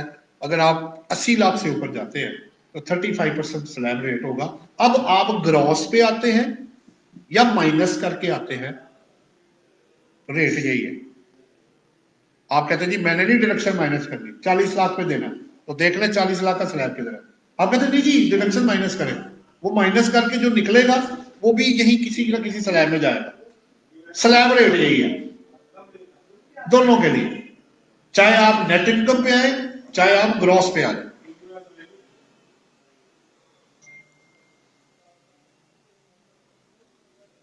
अब मैंने जो कुछ और रखा हुआ है मैं वो देख लूं, इसको मैं एडवांसेस सिर्फ मैं करना चाहूंगा, 5-1 मिनट में और लूंगा, बाकी फिर आप सवाल जवाब कर लीजिएगा। एडवांसेस 2 तरह के, adjustable and non adjustable. Ordinance में एक है, मैंने 2 बनाए हुए, बच्चों को समझाने के लिए ना, तो बच्चा बनना पड़ता है। आप तो प्रोफेशनल है, जो बच्चे स्टूडेंट होते हैं ना उसको समझ नहीं आती बात जब तक क्या पूरी बात नहीं करेंगे, तो कुछ चीजें हमें ऐड करनी पड़ती है जानबूझ के ताकि उसको समझ आ जाए। तो ऑर्डिनेंस में एडजस्टेबल वर्ड आपको नहीं मिलेगा, वो है ही नहीं वहां पे। ये हमने अकाउंटिंग से इंपोर्ट करके खुद डाला है ताकि हमें समझ आ जाए। देखिए दो तरह के एडवांस होते हैं। मैंने आपको 5 साल का एडवांस पकड़ाया, मैंने कहा भाई अब शक्ल ना दिखाना अपनी, अब निकलो यहां से। कभी कभार आना, रोज रोज आके दरवाजा नहीं नॉक करना, पैसे दे दिए अपना काम करो जाके, तुम्हारी प्रॉपर्टी सिक्योर्ड है, कब्जा नहीं होगा, रेंट तुम्हें मिल गया, थैंक यू वेरी मच, जाओ यहां से। तो मुझे तो 5 साल के पैसे मिल गए। अब हर साल क्या होगा, वो ऑटोमेटिक मेरी इनकम में ट्रांसफर होना शुरू हो जाएगा। ऐसे ही है जनाब। एडजस्टेबल एडवांस जो है उसकी कोई भी ट्रीटमेंट करने की जरूरत नहीं है। मसलन मैंने आपको कहा यार कितना तेरा रेंट है, ₹1,00,000 जी, साल का कितना हुआ, 12 लाख, मल्टीप्लाई बाय 5, 60 लाख। इसमें से ये मैंने टैक्स काटा, फर्ज करें 10% है, 6 लाख टैक्स कटा, ये 54 लाख का चेक पकड़ो, ये 6 लाख का चलान पकड़ो, थैंक यू वेरी मच, जाओ। अब आप हर साल क्या करेंगे, 12 लाख इनकम निकालेंगे, बेस आप चेक करेंगे, जितना कटा हुआ है क्योंकि 6 का 6 कट गया हुआ है, वो आप माइनस करेंगे, आपका रिफंड आता जाएगा जो आगे जाता जाएगा। हर साल 12-12 लाख ट्रांसफर होता जाएगा। आपको अलहदा से कुछ करने की जरूरत नहीं है, क्योंकि आप 12 लाख ऑलरेडी, सॉरी 60 लाख के गेस 54 लाख आप रिसीव कर चुके। दूसरा है नॉन एडजस्टेबल एडवांस, जिसे आप सिक्योरिटी डिपॉजिट कहते हैं, जो इसलिए लिया जाता है ये भाग ना जाए, नहीं चीज को नुकसान ना पहुंचा दे। तो 3 माह का 6 माह का प्रैक्टिस होती है कि लोग एडवांस लेते हैं। आप रेंट में चेक कर लीजिएगा, रेंट एग्रीमेंट में अगर आपने सिक्योरिटी डिपॉजिट कराई हुई है, जिसका 1/10 आपने हर साल इनकम में ऐड करना है, तो अभी आपके लिए इतना काफी है। अगर 10 साल बंदा रह जाता है तो हर साल 1/10 of non adjustable advance rent chargeable to tax में आपने जाके ऐड करना, जो मैंने फार्मूला आपको पहले बताया था। और अगर नॉन एडजस्टेबल एडवांस नहीं है, छोड़ दे उसको, जरूरत नहीं है। ये कुछ पॉइंट्स थे जी जो मैंने आपसे शेयर करने थे। अगर आपने कोई क्वेश्चन मुझसे करना हो, इससे कनेक्टेड वाले पहले कर लीजिएगा, और अगर कोई दूसरे होंगे तो वो बाद में कर लीजिएगा। जी जी। एक तो सिंपल ऑनर की डेफिनेशन है प्रॉपर्टी इनकम के बाद तो रबड़ कर दी। फिर आपने कहा था रिपेयर चार्जेस हमें बिल्डिंग के लिए जी हम किस तरह करेंगे, ये मुझे 1 लाख मिला है, बिल्डिंग का इतना है और लैंड का इतना है, देखिए ये कहना तो बड़ा मुश्किल हो जाएगा जब ये आपको प्रॉपर्टी डीलर के साथ बैठ के बात करनी पड़ेगी, ताकि कल को अगर जब वो असेस करें कि यार अगर ये खाली प्लॉट होता तो कितने का रेंट आउट होता, और अगर ये बिल्डिंग के साथ है तो कितना होता। तो एक एस्टीमेट जो कि ऑब्वियसली मार्केट को कोप अप करता हो। अब ये ना हो कि मैं मेजर पोर्शन बिल्डिंग में डाल दूं और कम पोर्शन उधर डाल दूं, कुछ ना कुछ तो मुझे भी एस्टीमेट होएगा कि यार क्या करना है इसका। 5-10% से कोई फर्क नहीं पड़ता, लेकिन मेजर फर्क नहीं आना चाहिए। जो एवरेज मार्केट फैच करती है उसके मुताबिक चलना पड़ेगा। ये तो आपके एक सवाल का है, वो ऑब्वियसली प्रॉपर्टी डीलर से ज्यादा बेहतर, उसका काम ही यही है, रोज ही रेंट आउट करना, कमीशन लेना और सेल परचेज करना, उनका काम ही यही है। जिसका काम होता है एक्सपर्ट किसी भी फील्ड में, चाहे आप एडवोकेट हैं, चाहे आप डॉक्टर हैं, कोई भी आप प्रोफेशनल है, वो चीजें निकालना उनको आती है, वो निकाल लेगा। ये अलग बात है कि एग्रीमेंट में लोग लिखते हैं, इस तरह नहीं लिखा जाता, वो इकट्ठा ही होता है कि जी इस घर का किराया 50,000 रुपये होगा। ये थोड़ा सा मुश्किल होगा, लेकिन बहरहाल करना पड़ेगा। अब रही बात ओनर, टाइटल आपके पास होना चाहिए। एक पॉइंट में और शेयर करता हूं इससे पहले कि वो रह जाए, वो स्किप हो जाएगा। 666 सेक्शन है।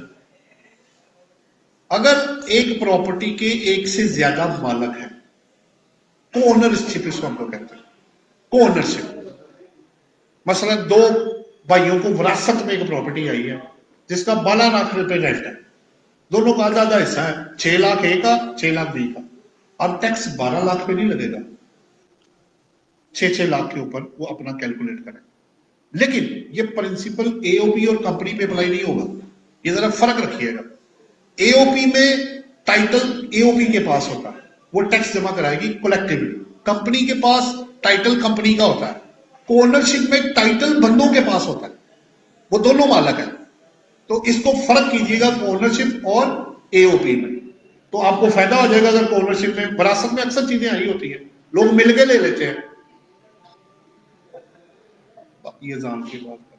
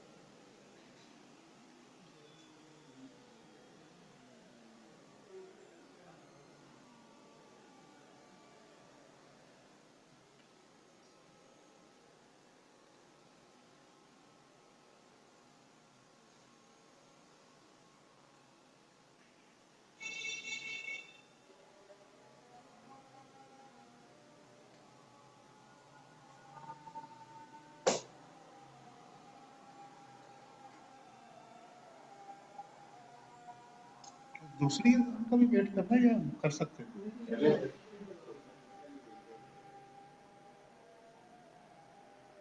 एक पॉइंट अभी मेरे जेहन में आया जो मैंने शेयर करना है नॉलेज पर्पस पर, प्रैक्टिकल पॉइंट ऑफ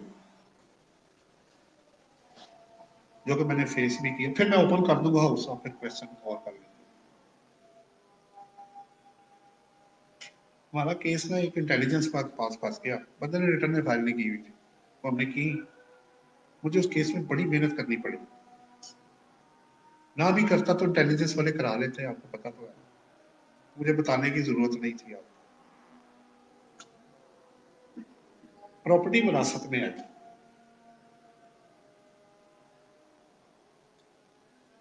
उन्होंने टाइटल ट्रांसफर नहीं किया। 20-25 साल पहले की बात है, जब डेथ हुई प्रॉपर्टी विरासत में बहन भाइयों के पास आ गई है, ना उसके पास सक्सेशन सर्टिफिकेट है, ना उन्होंने कोई रजिस्ट्रेशन कराई है, बस जबानी तय हो गया, चल तू मेरी बहन है, तू मेरा भरा है, बस ठीक है। ऐसा नहीं है क्या?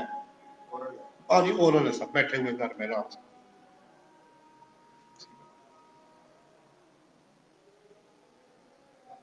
अब मैं जिससे मशवरा करूं मुझे एक ही आवाज आए, ए इन्हां दी प्रॉपर्टी डिक्लेयर कर दे, ए इन्हां दी प्रॉपर्टी डिक्लेयर कर दे।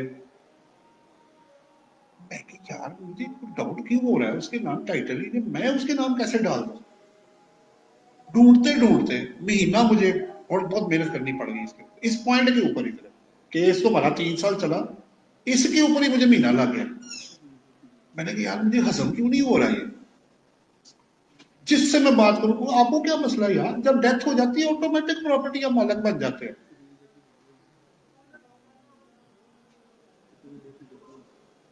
मैं कहा मेरे पास कुछ तो होना चाहिए, मैं बोलूंगा क्या वहां जाके। लो जी, रेंट मैंने पकड़ा, वो मैंने डाला बड़े बेटे के नाम पे, और प्रॉपर्टी वेल्थ में डिक्लेयर नहीं की, और मैंने कानपुर के फारग कर दिया। मैं कहता हूं क्या बात है उस बंदे की, उसने भी वही पॉइंट पकड़ा जो मेरे जेल में था, के कहता जी आपने कंसीलमेंट की है। मैंने कहा सर वो क्या? आपने रेंट तो डिक्लेयर किया, प्रॉपर्टी नहीं डिक्लेयर की, किधर गई वो प्रॉपर्टी? मैंने कहा बड़ा अच्छा पॉइंट है। अब मैं महीना लगा के गया हुआ था, मैं कहा सर देखिए एक बंदे की डेथ हो गई, अब मरा हुआ बंदा तो टैक्स नहीं ना दे सकता। हमने हमने हमने इसको ओनरशिप में नहीं लेके गए, हमने एज ए कलेक्टिव उसके बड़े बेटे ने जो टैक्स बनता था आपको दे दिया। आपको तो पैसा चाहिए ना, तो पैसे की गल करने हैं ना, तो पैसा चला गया पूरा, एक चैप्टर तो हो गया बंद। अब दूसरा आपने कहा कि वेल्थ में डिक्लेयर नहीं किया। मैं कहा मुझे पहले ये बताएं टाइटल के बगैर वेल्थ में प्रॉपर्टी आएगी कैसे? कहते जी ये कैसे हो सकता है? मैं कहा जी सेक्शन 90 पढ़े। वो कहता जब तक आपके पास गिफ्ट का वरासत का टाइटल डॉक्यूमेंट नहीं होगा ये वैलिड ट्रांसफर ही नहीं है। ये कैसे हो सकता है? मैं कहा जी खोले सेक्शन 90 आप अभी पढ़ लेते हैं। नहीं आप मुझे इसमें कुछ जजमेंट भी दें। मैं कहा वो भी है, पहले मैंने इंडियन कोर्ट की जजमेंट निकाली, फिर मुझे पाकिस्तान ट्रिब्यूनल की भी मिल गई।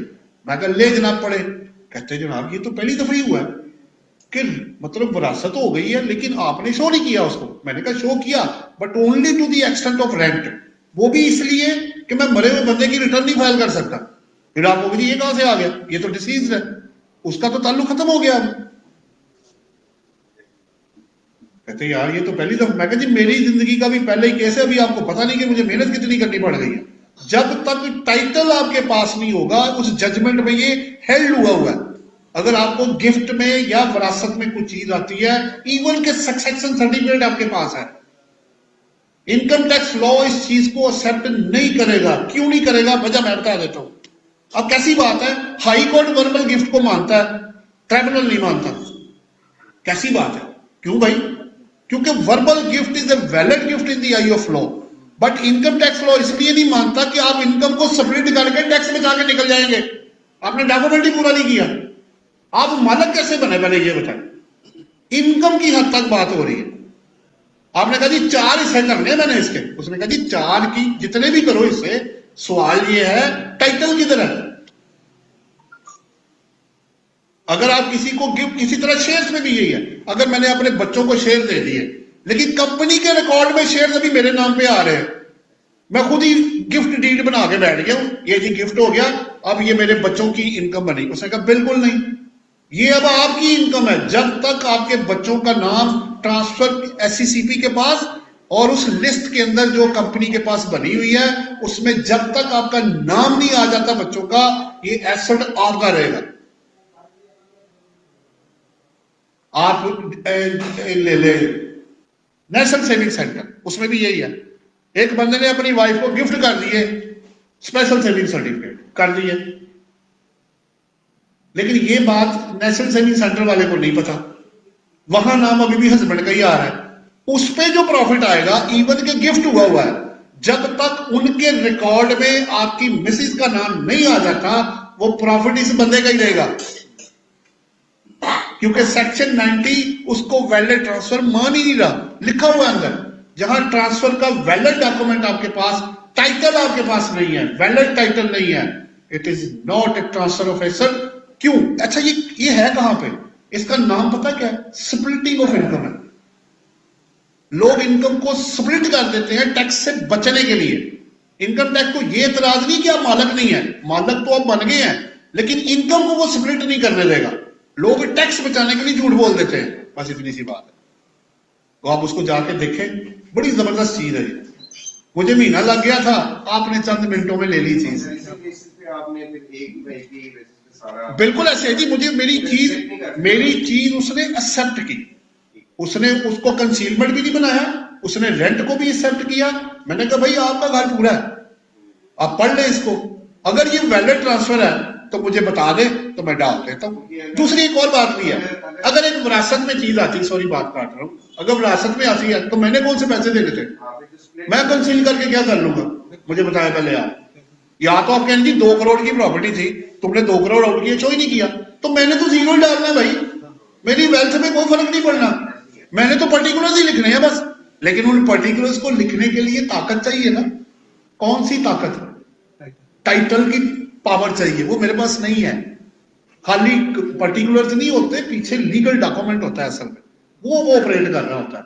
तो मुझे बड़ी खुशी हुई, उस वक्त से लेके आज तक मेरी उनके साथ दोस्ती है। जब भी कोई पॉइंट आता है मेरे साथ वो शेयर जरूर करते हैं कि यार ये कोई अच्छी चीज हमें बताएंगे। लेकिन मैंने कमिटमेंट उनसे ली हुई है कि जितनी चीज मैं आपको दूंगा ना, इसको आप मिस यूज नहीं करेंगे। अगर एक बंदे का 100 रुपए टैक्स बनता है ना, उसको 400 नहीं बनाना, वो 100 ही बनाना है आपने। डराने धमकाने के लिए आप इसको मिस यूज नहीं करेंगे। इस बेस पे मैं उनको चीज दे रहा हूँ। आगे वो क्या कर रहे हैं वो उनका और अल्लाह का मामला, मैं नहीं बोल सकता। आपका कोई क्वेश्चन हो तो जरूर कर लें। सर इसी से रिलेटेड मैं जो पॉइंट रेज करना चाह रहा था वो ये था कि जैसे हमने अब कलेक्टिवली उनको एक ही बेटे के थ्रू सारी वो डिक्लेयर कर दी रेंटल, अगर तो टाइटल होता फिर तो स्प्लिट होती और डेफिनेटली उसका तो कोई मसला ही नहीं था, वो डिडक्शन होगी। भाई मैं तो ज्यादा टैक्स दे रहा हूँ आपको, मैं तो ज्यादा दे के आया हूँ आपको। ठीक ऐसा ही है। मेरा यही पॉइंट था कि तो वो बेनिफिशियल नहीं था कि वो ट्रांजैक्शन अपनी फेवर में करवा दे तो लाओ ना, पहले टाइटल तो होता, रजिस्ट्री के पैसे होते हैं ना, मुफ्त नहीं होती रजिस्ट्री। नहीं, जब आप इनहेरिटेंस करें फिर तो वो आपको सिर्फ उसका सक्सेशन ही रिक्वायर्ड है। वो आपको चाहिए ना हाई कोर्ट के लिए, स्प्लिटिंग ऑफ इनकम के लिए इनकम टैक्स लॉ नहीं एक्सेप्ट करेगा उसको। नहीं, ये जो सक्सेशन है उसके लिए उनकी कोर्ट की आपको पता कितनी लगती है। तो मैं वही तो कह रहा हूँ, हाई कोर्ट की हद तक ठीक है, इसको पॉइंट ऑफ फैक्ट पे आपका ट्राइब्यूनल नहीं मानेगा। मैं यही तो कह रहा हूँ। वो सेक्शन देखे आप कह दे एक प्रॉपर्टी के 2 हिस्से करने हैं, आप कह दे, सुन ले ना, आपने कह दिया 2 हिस्से कर दे जी, तो बेस किधर है? आप तो दोनों मालक ही नहीं है। मेरा पॉइंट ये है कि उसका बेनिफिशियल इंटरेस्ट जो था क्लाइंट का वो ये था कि ओवर नंबर ऑफ इयर्स जब तक वो ये नहीं करवाएंगे they will and up paying. तो कह दिया ना भाई उनको। अब वो अगर नहीं कराना चाहता तो 25 साल में एक बंदे ने नहीं किया, तो अब मैं क्या करूं? अब घर जाके तो मैं अंगूठे लगवाने से रहा उनसे, ये उनका मसला है, उन्होंने क्या करना। हमने तो उसको गाइडेंस दे दी भाई आप कर लोगे। असल में पता क्या है, वो रेंटल इतना सब्सटेंशियल था नहीं, वो थोड़ा ही था। सर मेरा इस पे पॉइंट ये है कि लाइक अगर मैं उस फैक्ट्री या जो भी वो साहब थे एफपीआर के एंड तो फिर मैं उस पे एक पॉइंट रेज कर सकता था whether it could fall in the substance over form area, यानी इन रियल सेंस कुछ और है और सब्सटेंस कुछ और है। लेकिन डिसीज्ड के जो नहीं, आप सब्सटेंस ओवर फॉर्म का कॉन्सेप्ट में वो आप लीजिंग में होता है, वो डेथ वाले में नहीं होता। ये भी चीज है ना, सब्सटेंस ओवर फॉर्म ये है कि आपने लीज पे एसेट लिया हुआ है, ठीक है, आप ओनर नहीं है, लेकिन आप अकाउंटिंग के अंदर उसको यूज करते हैं। मैं मानता हूं आपकी बात, लेकिन फिर स्प्लिटिंग ऑफ इनकम का कॉन्सेप्ट खत्म हो जाता है हाँ, ना, वो खत्म हो गया। वो मर जाएगा उधर। अगर मैं आपकी बात मान लूं तो हर बंदा फिर कहेगा जबानी इसके 4 हिस्से कर दे, इसके 5 कर दे, इसके 10 कर दे। तो लोग टैक्स बचाने के लिए कुछ भी कर सकते हैं, इसलिए वो आपको मजबूर कर रहा है कि आप लीगल डॉक्यूमेंट पहले लेके आए। सवाल उनका पीछे से लेते वो भी कर रहे हैं जी। तो इस तरह की एक एग्रीकल्चर इनकम मीन एक ऑनर उसमें किसी को अपनी एग्रीकल्चर जो है ना रेंट पे देनी है। जी अब उसके साथ जी उसे ऑफर पर आ रहा हो कि मैं अपना एक फार्म हाउस या फिर एक घर भी आपको दे दूंगा अगर आप ये एग्रीकल्चर जमीन लैंड लेंगे, तो उससे क्या करेंगे वो जो फार्म हाउस और देखिए फिर वही बात है, अगर तो एग्री इनकम में आने के लिए उस लैंड का एग्री वाली लैंड होएगी तो तभी आएगी। अगर आप खाली प्लॉट उसको दे देते घर है तो वो तो प्रॉपर्टी इनकम लग रहेगी। वो आपका फार्म हाउस और जो घर होगा, क्योंकि उसमें तो कल्टीवेशन होनी नहीं, वो एग्री लैंड है ही नहीं। आपके पास हो या उसके पास हो कोई फर्क नहीं पड़ता, वो जाएगा आपका अदर इनकम में, वो प्रॉपर्टी इनकम में, और ये वाला चला जाएगा सेक्शन 41। दोनों दोनों अलग अलग हो जाएंगे। जी जनाब, कोई सवाल सर का आपका आप? मेरा सवाल ये था कि ये जैसे वो बंदा सैलरी पर्सन है, 50 लाख उसकी सैलरी आ रही है, 40 लाख उसका रेंट है, उसका तो वो देखिए बात ये है कि नहीं, आपकी चॉइस है ना, सेपरेट ब्लॉक भी तो आपके पास है, आप उसको यूज कर लो। अगर ऐसी बात है, अगर आपको लगता है कि मेरा टैक्स बढ़ जाएगा, तो उसने फिक्स तो नहीं किया कि आप खर्चे माइनस करके तो आप टैक्स जमा करें। सेपरेट ब्लॉक में रेट लग रहेगा आपका, आप अलग कर लें उसको। लोग कैलकुलेशन करते हैं ना कि किस तरह टैक्स कितना बनता है, जो बेहतर होगा आप उसको चूज कर लें। जी और कोई? ये जो भी बात हो रही थी बिल्डिंग की सेक्टर कॉस्ट, कंपनी के केस में तो नॉर्मली होता है, उनके फाइनेंशियल प्रॉफिट होते हैं, उसमें बिल्डिंग की वैल्यू डिटरमाइन। अब ये जो इसमें डालनी है इसको 150 रेट है, क्योंकि वो डेप्रिशिएबल है, तो वो जो हिस्टोरिकल कॉस्ट कन्वेंशन के ऊपर ले लेके हाँ जी ऐसे ही है, ऐसे ही है, ऐसे ही है। अदरवाइज रिटर्न डाउन वैल्यू की तो जी नहीं, रिटर्न डाउन नहीं उसमें होती। दूसरा ये है कि जब रिटर्न आप फाइल करते हैं ना, रिटर्न में इस तरह की कोई कमी नहीं है, आप जैसे ही ग्रॉस रेंट डालते हैं वो ना इसमें ये लॉ है ना ही रिटर्न की अगर बात करते हैं तो एक वक्त वो भी था कि फर्नीचर में भी इनिशियल लॉस मिलता था। रिटर्न की बात नहीं होती, बात तो कानून की होती है। कल को अगर जब लड़ाई पड़ेगी, देखिए बात यह है कि परवेल किसने करना है, ना मेरी बात ने, ना आपकी बात ने, ना उसकी बात ने। हम तो लोग को यार ये क्या लिखा हुआ है, इसको पढ़ो यार, इस पे आके बात करो। दूसरा जो है ना, ये जो लीज की बात की आपने, ये जो लीज का एग्रीमेंट अक्सर 50 साल 60 साल, तो ये अगर इसकी डेफिनेशन पढ़ेगा तो ये रेंट में अदर सोर्स जो है, क्योंकि राइट टू यूज जो है वो देता है, ये सिर्फ राइट टू यूज ही होता है, राइट टू यूज नहीं देता है, राइट ऑफ ट्रांसफर भी देता है। तो इसमें अदर सोर्स में जाने की बजाय प्रॉपर्टी ये जो कैपिटल गेन है इसमें होगा नहीं अगर फर्स्ट ईयर मैं लिए 100 साल की लीज पे, मैं आगे दे दूं 90 साल की या 1993 की है, मैं आगे इसको ट्रांसफर भी कर सकता हूं, तो उसके अगेंस्ट मुझे कंसीडरेशन रिसीव होती है, तो ये कैपिटल गेन नहीं होगा, इसका डिफरेंशियल। तो आप पहले ओनर बने, ओनर के ओनर तो अब थे ही नहीं, ओनर नहीं, ओनर तो अब थे ही नहीं, ओनर कैसे बनता है? उसमें लिखा हुआ है इसकी नहीं, right to use, right to use का मतलब ये नहीं होता कि आप मालक बन गए। मैंने आपको गाड़ी दी है, भाई साहब कराची ले जाओ, 10 महीने रखना है, 1 साल रखना है, 2 साल रखना है, रख लो, वापस तुमने मुझे ही करनी है आके। पोजेशन होना एक अलग चीज है और ओनरशिप होना एक अलग चीज है। जब तक टाइटल आपके पास नहीं आएगा, अगर मैं आपको जिस तरह की भी पावर दे दूं कि भाई तुम इसको रेंट आउट कर दो, खाली कर लो, गोदाम बना लो, यूज कर लो, तो इसका ये मतलब नहीं कि आप ओनर बन गए। ओनर मैं ही हूं। आप सेल कर सकते हैं, तो आगे ट्रांसफर भी कर सकते हैं, वो सब्जेक्ट टू एग्रीमेंट पढ़ना इसमें पता क्या है, इस पे ना, इस पे जजमेंट्स भी आई हुई है, वो मैं जजमेंट आपको रेफर करूंगा। दूसरा जो है ना, अच्छा मैं ये कह रहा हूं कि मुझे इससे कोई नहीं है कि वो रेंट डेफिनेशन वैल्यू नहीं है, आपने कहा कि वो उधर सोर्स में जाएगा, मैं नहीं कह रहा, वो तो लॉ ने लिखा हुआ है कि ग्राउंड रेंट जो आपको आएगा, वो ग्राउंड रेंट नहीं है बेसिकली, ये कैपिटल नेचर की चीज है, क्योंकि आपने एक लमसम अमाउंट पे करनी है 4 करोड़ रुपया स्क्रीन रहने के लिए। कैपिटल नेचर के लिए पहले मालक बनना जरूरी है ना, आप तो मालक ही नहीं बने, कैपिटल रिसीट कहां से हो गई? इसकी नेचर नहीं, आप अगर आप ओनर ही नहीं है तो फिर आप कैपिटल एसेट के मालक तो है ही नहीं आप। सर ओनर के लिए अगर आप डेफिनेशन देखें ना, तो वो पर्सन होता है, ओनर होता है हर किस्म का राइट, इवन ट्रांसफर का नहीं, हर किस्म को जरा आप रिस्ट्रिक्ट करके मुझे टाइटल का बस बताओ एलिमिनेट नहीं कर सकते हैं? आप उसको आप हर किस्म को, अगर मैं आपको हर तरह की पावर दे रहा हूं तो मैं बेचने की पावर नहीं आपको दे रहा हूं। नहीं कर सकते आप, तो how would you say? अच्छा, एक चीज मुझे ये बताएं, अगर मैं आपसे वो प्रॉपर्टी ले लूं, आपके पास टाइटल है? लेकिन वो नहीं, टाइटल है आपके पास, टाइटल नहीं है, लेकिन तो फिर बेच क्या रहे आप? तो फिर आप मालक ही नहीं है। मैं कहूंगा भाई पहले टाइटल लेकर आओ। सर ये जो अस्करी में है ना कि कैंटोनमेंट बोर्ड में उसमें ये लिखा होता है क्या? कि आप जो है ये किसी भी पर्सन हाँ, आप ट्रांसफर कर सकते हैं। ट्रांसफर नहीं, सेल कर सकते हैं। हाँ ये वही है नहीं, बेसिकली। पहले तो वो पढ़ना पड़ेगा जो आप कह रहे हैं कि उस एग्रीमेंट में लिखा क्या हुआ। अगर वो ट्रांसफर की to the extent of rent out है तो वो बात और है, ये दोनों चीजें मुख्तलिफ है। मैं आपको दे दूं कि जी आप बेच दें, तो कल को पैसे लेके भाग जाए तो मैं किधर जाऊं? मैं उसको टाइटल को चाटता रहूंगा बैठा हुआ? क्या मैंने उसे क्या करना है? ये राइट तो मैं आपको कभी भी नहीं दूंगा। हाँ, सब्जेक्ट टू दिस है कि मेरी कॉन्सेंट होगी, मैं आपको पावर ऑफ अटॉर्नी या अदरवाइज कुछ करता हूं, वो बात और है। लेकिन मेरा नहीं ख्याल कि मैं आपको टाइटल दे रहा हूं कि आप बेच दें आगे जाके।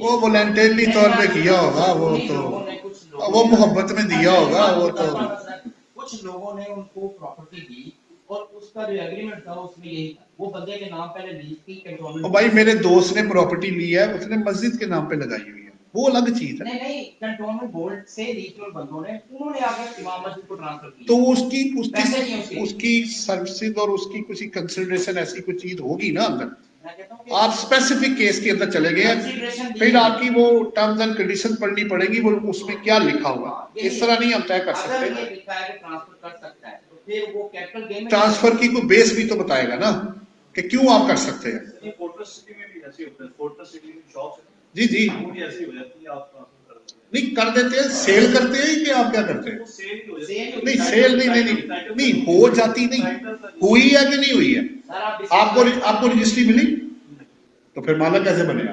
टाइटल नहीं चेंज। नहीं सर मैं टाइटल नहीं चेंज हो? Sir disposal of assets agreement में ट्रांसमिशन जो है वो भी शामिल है, यानी ट्रांसफर शामिल है, ट्रांसमिशन शामिल है, उसमें डिस्ट्रॉय शामिल है, हर चीज डिस्पोजल की जो डेफिनेशन है कंट्रोलमेंट बोर्ड ऐसा इस्तेमाल की ठीक उसमें है, हर चीज वो शामिल उन्होंने है। सिर्फ उसको उसको टाइटल नहीं कहते, ये हो गई। नहीं, दो चीजें मुख्तलिफ है। देखें, लेकिन ट्रांसफर की बात करें ना, ये मुझे भी डीम्ड एंटाइटलमेंट जो है वो भी इसमें शो है। आप दो चीजें मिक्स कर रहे हैं ना। इसमें तो लाभ देखिए, करना पड़ेगा ना, आपने बताया। देखिए बिल्कुल ठीक है, इकट्ठा पड़े आप, मैं ये नहीं कहता। अगर आपको right to use, right to occupy, right to even के ट्रांसफर मिलता है तो फिर उसकी टर्म्स एंड कंडीशंस को पढ़ना पड़ेगा ना, क्या लिखा हुआ है अंदर।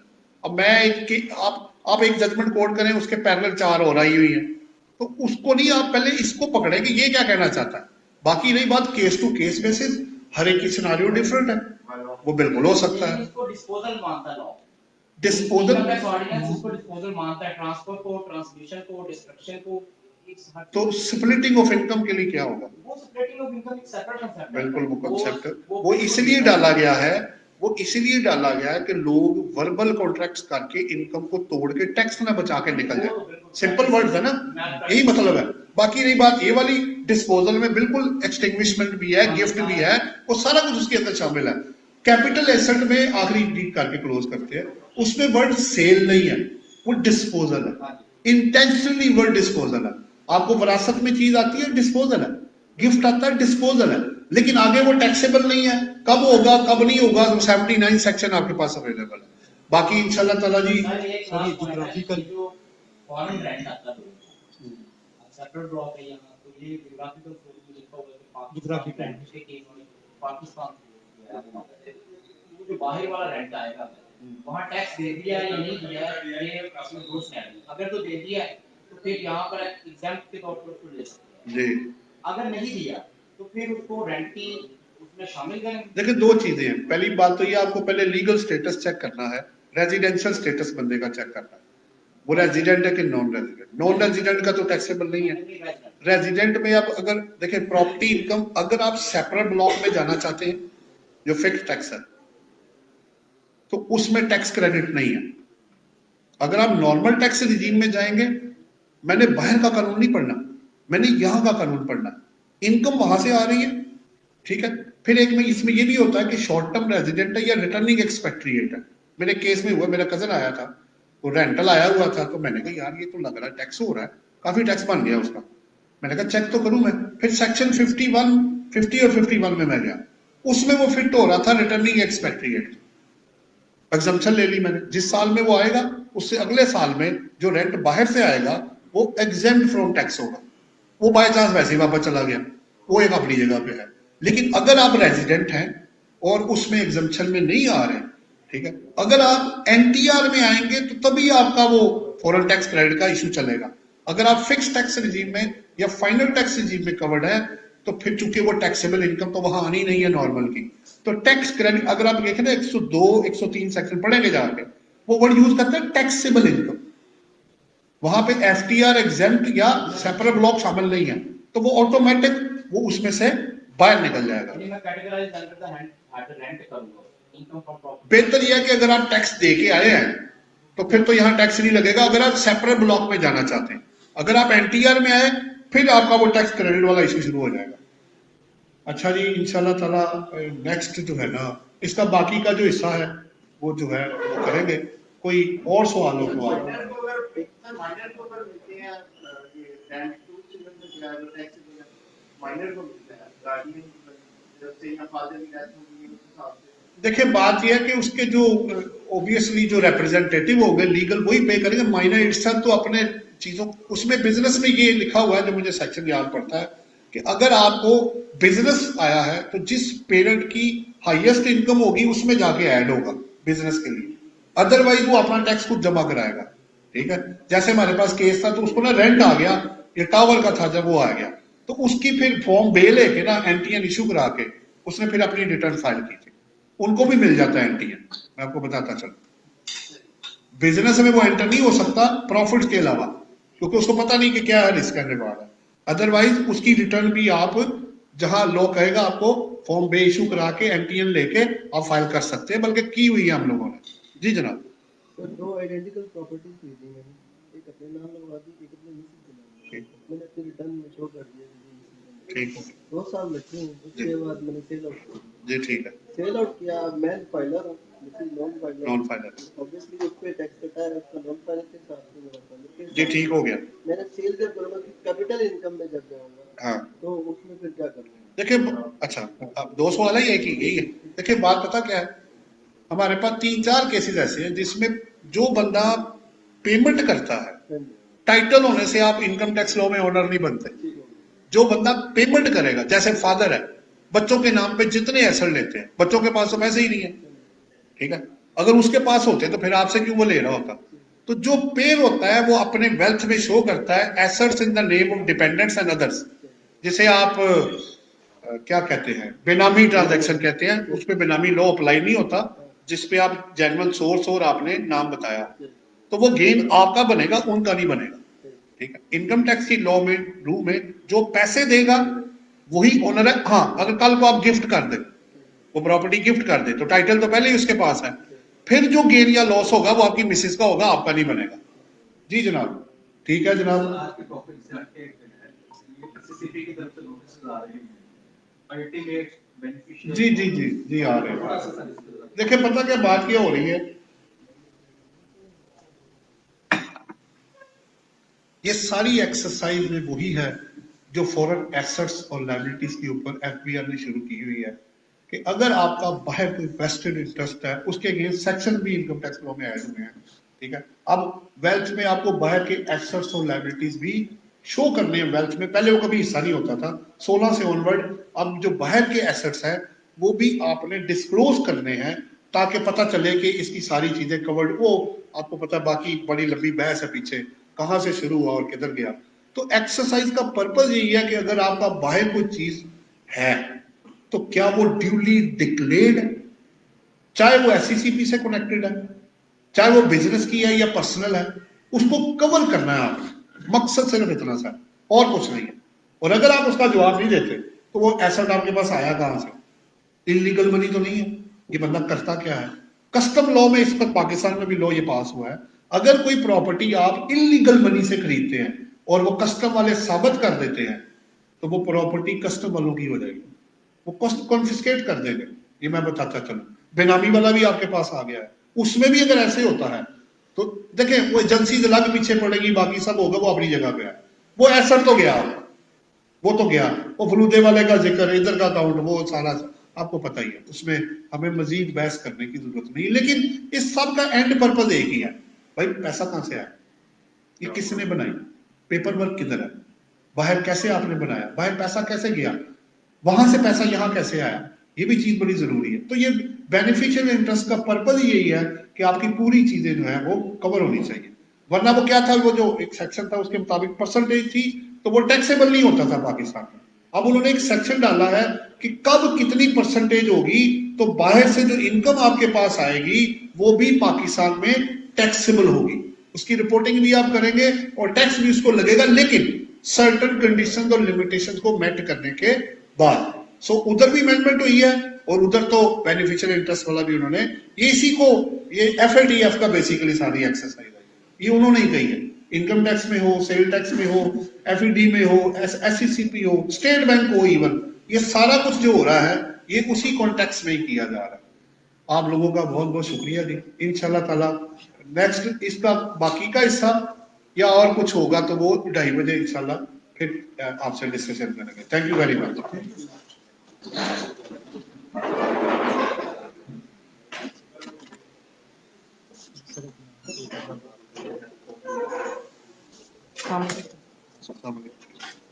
हाँ जी, फिर एक क्वेश्चन है कि अगर एक बंदा